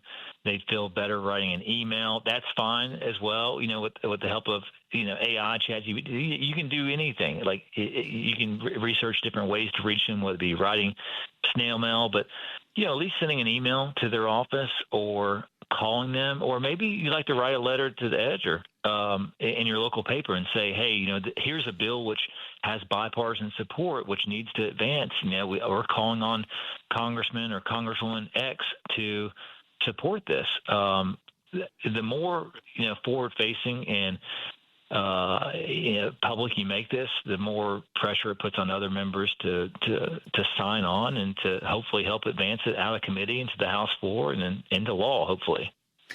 The other thing people are always asking me about is, does it make a difference if you get in touch with a representative who's not your representative, either a senator from another state or a congressperson who may be holding out against a bill that you like? And I found when I've called Senate offices that are the first thing there, if indeed a human being answers the phone, the first thing they say is, what's your zip code? And I gave my zip code, honestly, which was probably my first mistake. And then I could just tell the aide was still there. They didn't cut me off, but they had checked out. Oh, okay. And it was like they just were doing something else till I finished talking. And then they were like, thank you, and hung up. And I knew it didn't make any difference. They lost interest pretty quick there, probably. It does. It honestly does make a difference if you're in that district or the state. If you're online and you're on X or Twitter and you tag a representative, they don't, nobody asks you where you're from there. But if you tag them online and help put pressure either online, that's another way to do it as well. And look, Joan, I get it. I understand how people feel about members of Congress right now or senators and feel like they may not have a choice. Everything between gerrymandering, straight ticket voting, all these things can make voters and constituents feel helpless in selecting their elected officials. But I'm here to tell you, there are still things that you can do. And despite our flaws and everything that's going on right now, you still have a voice to use, and everybody should use it because I think we have a duty to do that, to at least try to make a difference. And I can, like I said earlier, I can tell you from being up there, those phone calls, the emails, the tweets, the things online, I mean, those things, they do matter. They do move the needle in some ways. Joe, why as a country are we so late to this party? You're talking about the prices in Canada. You're talking about the prices in France. What happened to us? How did we fall behind? I mean, I think our healthcare system, there's a lot of faults in it, right? Too much to probably unpack for this lone interview, but the greed of big pharma is something that's going to be studied for a very long time, and everything they've done to basically stymie any progress or anything, would it be patent reform that would have brought generic drugs onto the market sooner, which would help drive down the prices, but even just to make sure we're not paying more, we're not being taxed as Americans a lot more for the same drug that other countries enjoy. You got to remember that we already invest a lot as taxpayers into the development of some of these drugs, either through NIH grants or through the public infrastructure. And then when you go out the checkout at the pharmacy, you get pinged again. And so, but at the end of the day, there is a lot of greed in big pharma, and they're obviously aimed at protecting their bottom lines, and they've been putting profits over patients for quite some time. No secret there. Yeah. Joe, clearly I did not introduce you well because I just got a text from a listener. Is it possible that people in Illinois are eligible to vote on that bill, even though he's in South Carolina? So my bad. My bad. Yes.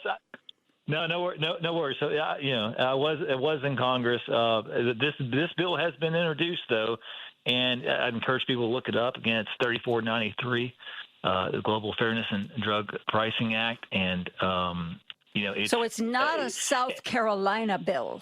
No. We're talking about federal legislation in Congress, and again, it's something that the Global Fairness and Drug Pricing Act, HR 3493, is part of the solution. And again, this isn't a Democratic or Republican bill; it's a bipartisan bill, and what everyone can do is pick up the phone and call their member of Congress, or email them, or text them, or whatever, saying, "Hey, are you on that HR 3493?" And even if this can't make it signed into law this session, I can tell you, as a former member, when you introduce bills like this and they gain momentum or pick up steam, maybe it doesn't pass this session, but maybe it gets a vote next session, and maybe it passes the House the following, and maybe this momentum builds.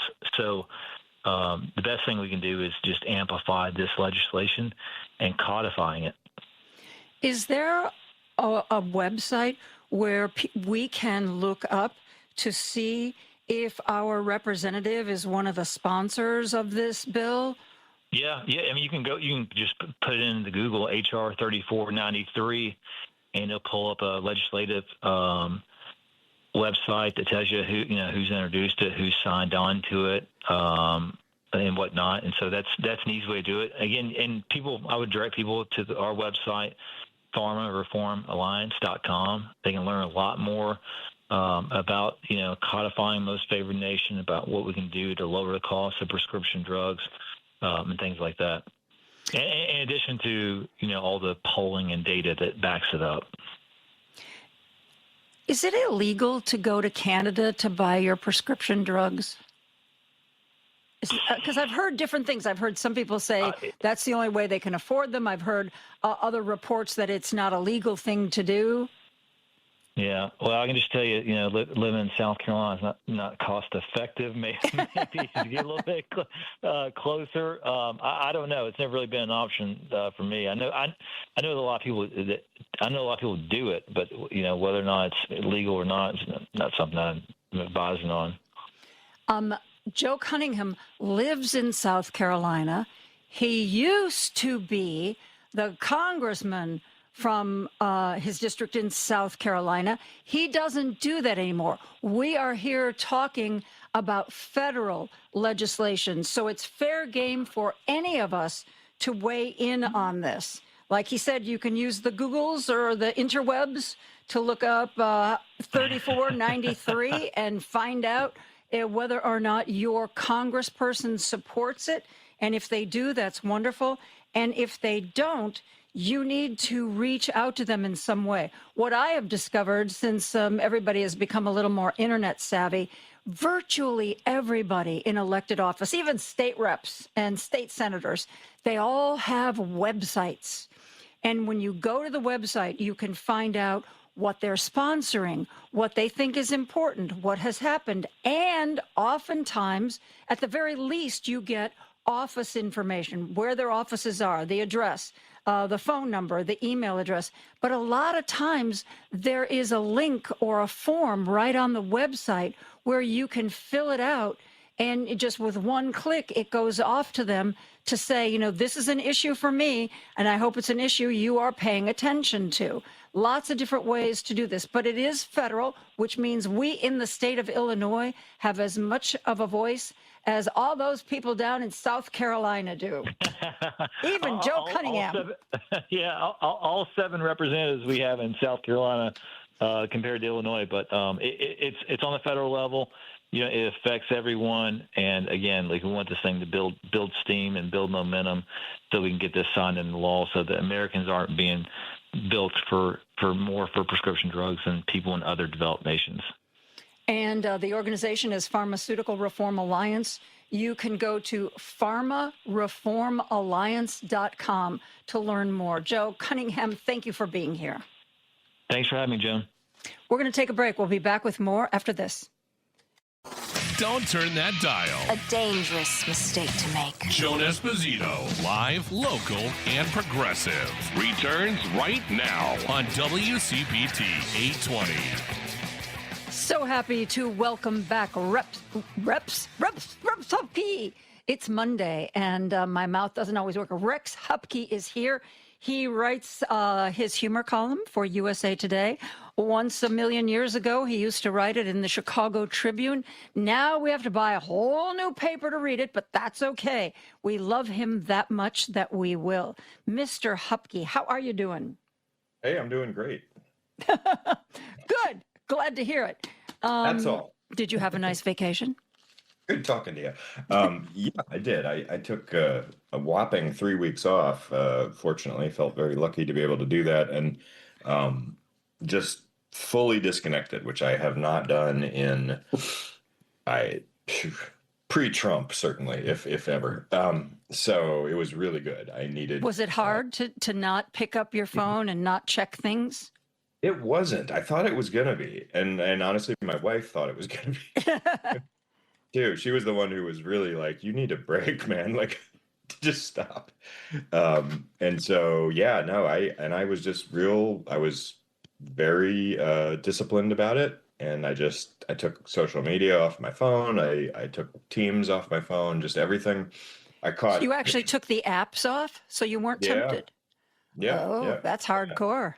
Yeah, it was. And I occasionally, here and there, I caught a headline, but nothing. And, I told the folks that I work with, of course, that if, the world starts collapsing more than it already is, then obviously shoot me a flare or whatever. But call my wife. Yeah. She can be the filter to decide if it's important enough to tell me. Exactly. So it was really good. And I honestly, and again, I will, for those envious of the 3-week thing, trust me, it's been a long time coming, and I labored for that time off. But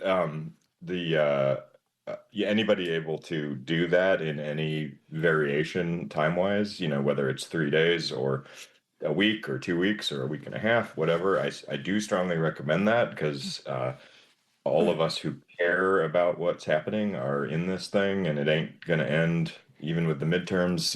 We got a lot of fight left to straighten things out. So I think that it is healthy, and it also gives you some perspective. I think people on our side of the fence get in a state of, as much as the MAGA folks are always in a state of outrage, right? But we're also kind of in our own state of outrage. And to me, my point of view is that outrage is fully justified, whereas the MAGA outrage is just, they're upset about Starbucks Christmas cups or whatever, or about like one transgender About person the Odyssey, yeah. playing a sport somewhere or what, just whatever. But nonetheless, whether it's righteous outrage or not, it's still a lot. And I think that the biggest benefit I got from that was being able to maybe look at things a little more clearly and sort of see, where the most important things are, and not be as caught up in every single little bit of minutia and all that. So anyway. Can you explain that? Can you give me an example of how disconnecting for that period of time and reconnecting changed your view of what's going on or how you react to it? Yeah, I don't know. I'm probably going to struggle a little with to sort of specifically describe it. But what I would say is, I mean, I've said this for a long time. Nobody's a bigger Trump critic than I am. But the one thing on earth that man is good at, it is sucking all the oxygen out of the room and making everything about himself. And so we have the daily, or often 3-4 times a day, moments of just, what is this guy up to? Like, oh my God, I can't believe he said that. I can't believe he did this, etc. And so it's what that does is it prevents us from lingering on one thing, right? So we become, our outrage is like a sprinkler going kind of just everywhere, and instead of like a hose power washer squirted directly at a piece of gum on the sidewalk. Like, I mean, so you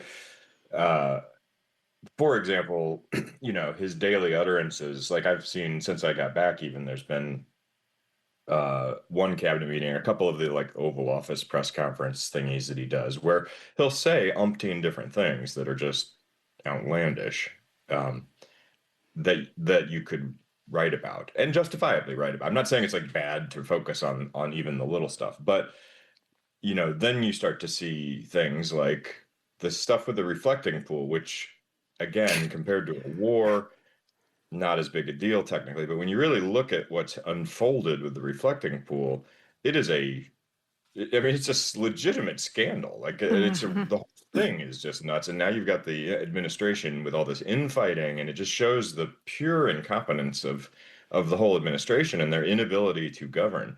So whereas I feel like I might have gotten distracted from the reflecting pool stuff and caught up in some of the little day-to-day things, I was able just the other day or yesterday, I guess, to focus in kind of more on that and stick with that a little bit and say, look, I mean, this isn't just, I mean, it's funny because it's a pool of water. Yeah. They screwed, but it's also not funny because several innocent Americans, including one who has now had his charges dropped, got their lives completely upended by the federal government over a fiction, what everybody with brains enough to rattle knew was a fiction about vandals and box cutters and all that. I mean, the whole thing, it just, and he won't let it go. And now, he's yelling at Jeanine Pirro, the U.S. attorney, and I don't know. There's just one theory, because at first when he started being erratic, people were thinking he had Alzheimer's. But I was on social media, like I don't know, many months ago, some medical professional, like a doctor, weighed in and said, look, this guy does not show signs of Alzheimer's. This is what I do for a living. He shows signs of frontotemporal dementia, and they're different. In Alzheimer's, you forget stuff. You just forget stuff. But with frontotemporal dementia, you forget stuff, but another part of your brain makes up a story to fill in where that memory used to be. And the problem is, what the story that your brain has made up, you believe to be true with all your being. You do not know the difference between the story your brain made up to fill a hole and what actually happened, which would kind of explain why he is still to this day saying that Jeanine Pirro was wrong, this reflecting pool was vandalized. And they keep saying there's video, there's photos. And you know what happened? Probably at some point, somebody might have said in his presence, well, you know, maybe it's vandalism. And he clung to that. And he created this whole story about that. And because here's the thing. It's either provable or it's not. And if Jeanine Pirro, who is like Todd Blanche in her devotion to Trump, if she's dropping these charges, you know, there is overwhelming proof of this guy's innocence, but he can't, it doesn't fit with his story that he believes is true in his brain. Now, the question is, as you've been posting about on Blue Sky, does Jeanine Pirro survive this? Yeah, that's a good question. I mean, the thing that we don't know and probably won't know until books start coming out post Trump presidency of all these people claiming they, were trying to fight against the madness, is like, to what degree are they trying to please him versus trying to restrain him somewhat? Or, are they able, do they have enough shiny objects to wave in front of him to get him off of a thing like this? Where I think, that assessment, obviously, I don't know, but that assessment, that dementia-related assessment certainly makes perfect sense. It tracks exactly with what we're witnessing. Whether that makes it true or not, I don't know. But the bottom line is he is detached clearly from reality, whether by choice or by, relating to age or something. And so, to what extent do the people around him go to continue placating his fictions, right? So do they go far enough that they feel like it's worth sacrificing Pirro, which, wow, big sacrifice. Yeah. Well, she's probably on thin ice because, he has a real desire to fire women. We've got the Bondi, we've got the Gnome, we've got the Tulsi Gabbard, and yet Pete Hegseth stays and Kash Patel stays. Somebody explain that reality to me. Yeah. So I don't know it'll be interesting to see how it shakes out. I don't know if she is sacrificed at the altar of the Mad King, or if, they, like I said, wave something in front of him and get him going on something else so that he just lets this slide. Who knows? Yeah. But it's pretty clear that, and having covered him for so long, it is definitely worse. He's always lied. He's always been a fabulist and all that stuff. But it's getting worse and it's getting weirder, right? Yeah. Like, previously, he would find a way to lie his way out of a situation like this, or just say like, "Oh no, I never said that," or whatever. But now he just keeps digging in on things.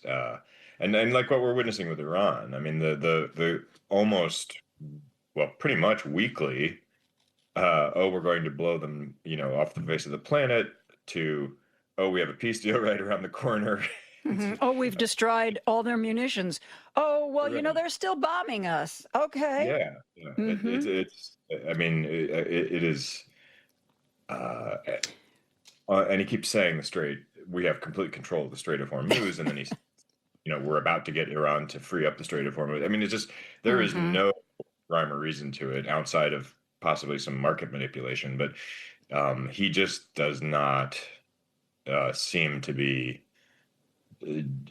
just have, maybe a half a paddle in the pool of reality at this point. But that's about it. Yeah, so it's pretty scary. It's bad. It's a bad thing. I have no sympathy for him personally, but it's bad for the country. Obviously, if you've got a person in charge who's being manipulated, presumably by others, being fed stuff to placate his ego, and then just existing in a world where everything's great and he's the hero and he sees none of the bad things that are happening. Maggie Haberman and Jonathan Snow, the two New York Times reporters who published the book Regime Change. Before the book was published, they arranged to sit down with Trump in the Oval Office. And, they were going to talk to him as, see if there was anything that he could say that they wanted to include, to kind of, as one does when they're reporting a political book like this, kind of running some of the things by him, get a reaction. And Maggie Haberman said, the Iran war is in full swing. The price at the pump is going crazy. Oil prices are going crazy. There's all this stuff. ICE is shooting people. She said they walked into the Oval Office and his desk was covered with pictures of trees. And he held one or more of them up and said, "See these trees? I love trees. I like to plant trees." What do you... Yep, okay. It's worthless to do this, and yet I do it anyway. I mean, just imagine if our pal Joe Biden had done one of these things at some point. I mean, it would have been, nonstop. It's just the hypocrisy. And I'm hoping the polling suggests also that people are starting to see some of it, including in the MAGA ranks. I mean, when you see some of the MAGA folks peeling off, I thought the most interesting thing I saw lately, most indicative maybe of some lights going on, was the New York Times also had a piece on the plummeting of listeners and viewers on MAGA-related YouTube channels and yes. Podcasters, yes, they're losing their audience. I read an article that mentioned that as a way of explaining why, like Alex Jones, the nut from InfoWars, Tucker Carlson, Marjorie Taylor Greene, all of these people have now separated themselves from Donald Trump. And the thrust of this article was, hey, don't think for a minute that they regret anything or that they've suddenly discovered ethics. They've seen stuff like this. They've seen the data. And they're getting out in front of it, basically, because that's what they do. They're all hustlers. Yeah. I mean, this is just they're going where the money is, and they're, they're smart to do it. I mean, I can't stand Marjorie Taylor Greene, but she's been ahead of the curve, frankly, on a lot of things, including some of her pro-Trump, stuff. Like, that's really what made her in the first place. And she also knew when to get out. And now she's set herself up with, Carlson and others to possibly be, sort of like some form of a new, group of MAGA adjacent, whatever they're going to call themselves. But so, yeah, I mean, these are not good people. They are simply, they're opportunists who are part of the attention camp. Amen to that. I'm talking with Rex Hupke, USA Today columnist. We are going to take a break and be back with more after this. Joan Esposito, live, local, and progressive on WCPT 820. Joining me is humor columnist Rex Hupke, who writes in USA Today. Rex, we've been talking about the, what word do you want to use? There are so many adjectives that I could use for Trump. Let's just put it this way. We've been talking about Trump and what he does and the way he does it. What do you think, as somebody who is in USA Today and observes journalism up close and personal, what do you think about the reporters covering Trump? What's good? What's bad? Well, I try to tread carefully here because I have a lot of respect for my fellow journalists, not just in my own news organization, but elsewhere. But I have also been fairly vocal, online at least, about the fact that I think the White House press corps, generally speaking, and this does not mean every person in it, it's a broad brush, and I apologize for that, but the White House press corps has, generally speaking, failed covering Trump for a lot of reasons. There are the things that I don't like personally as a journalist who was not always a columnist. I was a reporter for 20 years before I became a columnist, so I'm familiar with how it's all supposed to work. Number one is the complete lack of follow-up that happens. So, Oh, God, one yeah. reporter gets insulted, one reporter gets lied to, one reporter gets their question just deflected or whatever. There should be follow-up, assuming it was an important question, and it often is. Like I have seen so many times a reporter will ask something, Trump will respond with something that is complete nonsense or simply lay into the reporter and insult them. And then the next person just moves on to a different topic. Yep. I'm like, what are you doing? You don't let them off the hook like that, especially if it's something relevant. I mean, I understand every news organization has their priorities in terms, and they have limited access to the president, but it just shouldn't work that way. It's a real mess, and it just allows him to just say stuff, and it just kind of hangs there, and it never gets addressed. The insulting aspects of it, every member of that White House press corps should walk out when that crap starts happening, and that should have happened from the jump. It should have set a precedent, because, again, it just like you just sit there. That happened today. He just went off on some guy from, I don't know if it was MS Now or wherever, and they all just stand there. I'm like, what do you? It's like, hit me again, please, hit me again. I mean, like they're just, again. It was like the you don't know what you're talking about. Your fake news, which made me think Right, immediately. yeah. He likes that, especially for CNN, but it could apply to other outlets as well. Yeah, so it's pretty disgraceful. Just again, broadly, there are very good journalists in that group, and there are people holding his feet to the fire, and really doing their best. I mean, to me, the most important journalism that happens surrounding the Trump administration is the investigative reporting, coming from, you name your news organization, because that is, really getting to the root of them. It's getting behind the blah blah and actually showing and demonstrating how he's enriching himself, or why these laws are being either twisted or just flat out broken, or whatever the case may be. So so that's invaluable. So you can't really, it's easy to just sort of get mad at because somebody in the White House press corps dodged, just threw a softball out, or didn't follow up, or isn't being aggressive enough. That's one element of journalism, right? There's a lot of journalism going on, and a lot of it matters and is doing important work. So that's kind of the caveat to that. But yeah, I think the primary problem, look, if I have a source and that source lies to me, that person stops being a source. I don't think that anybody should be attending White House press briefings at this point. It is just all lies, and it has been since day one. I would not, if I was running a news organization, under no circumstances would I send somebody to that White House press briefing. There is absolutely 0 point to it. If the White House has something that it wants to say, it is welcome to say it, or call one of our reporters or something like that, and then we will fact check that, and then we will publish it if it's true. Otherwise, you're just it's like open mic night, and you're just broadcasting it and blasting it out there. So it's ridiculous. And I understand that there's a competitiveness between news organizations and a desire to not somehow be scooped, but you're not getting scooped simply by virtue of the White House press briefings. They are ridiculous. And I think it's an embarrassment to journalism that people are still attending those. And frankly, I would say that of it. I mean, look, every administration is going to get up there and spin. I mean, the whole point is they're spinning stuff, right? But there's a significant difference between spinning stuff and just flat out atrocious lies, slams against transgender people, slams against journalists, slams against immigrants, just lies of which, no previous administration has even come close to. So, it's absurd. So that's a huge, I think, a failure. We've just done too much treating this like it's normal.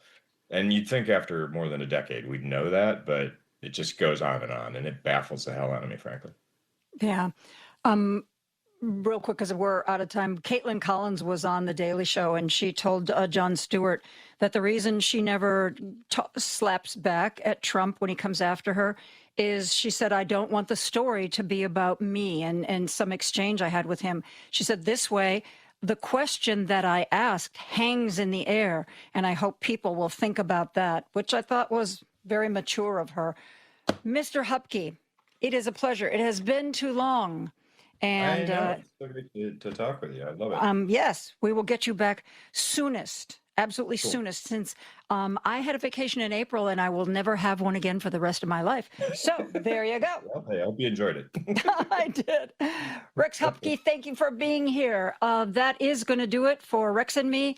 Tomorrow I'm going to talk with Ray Long. There's a lot going on in the state of Illinois, lots of as usual.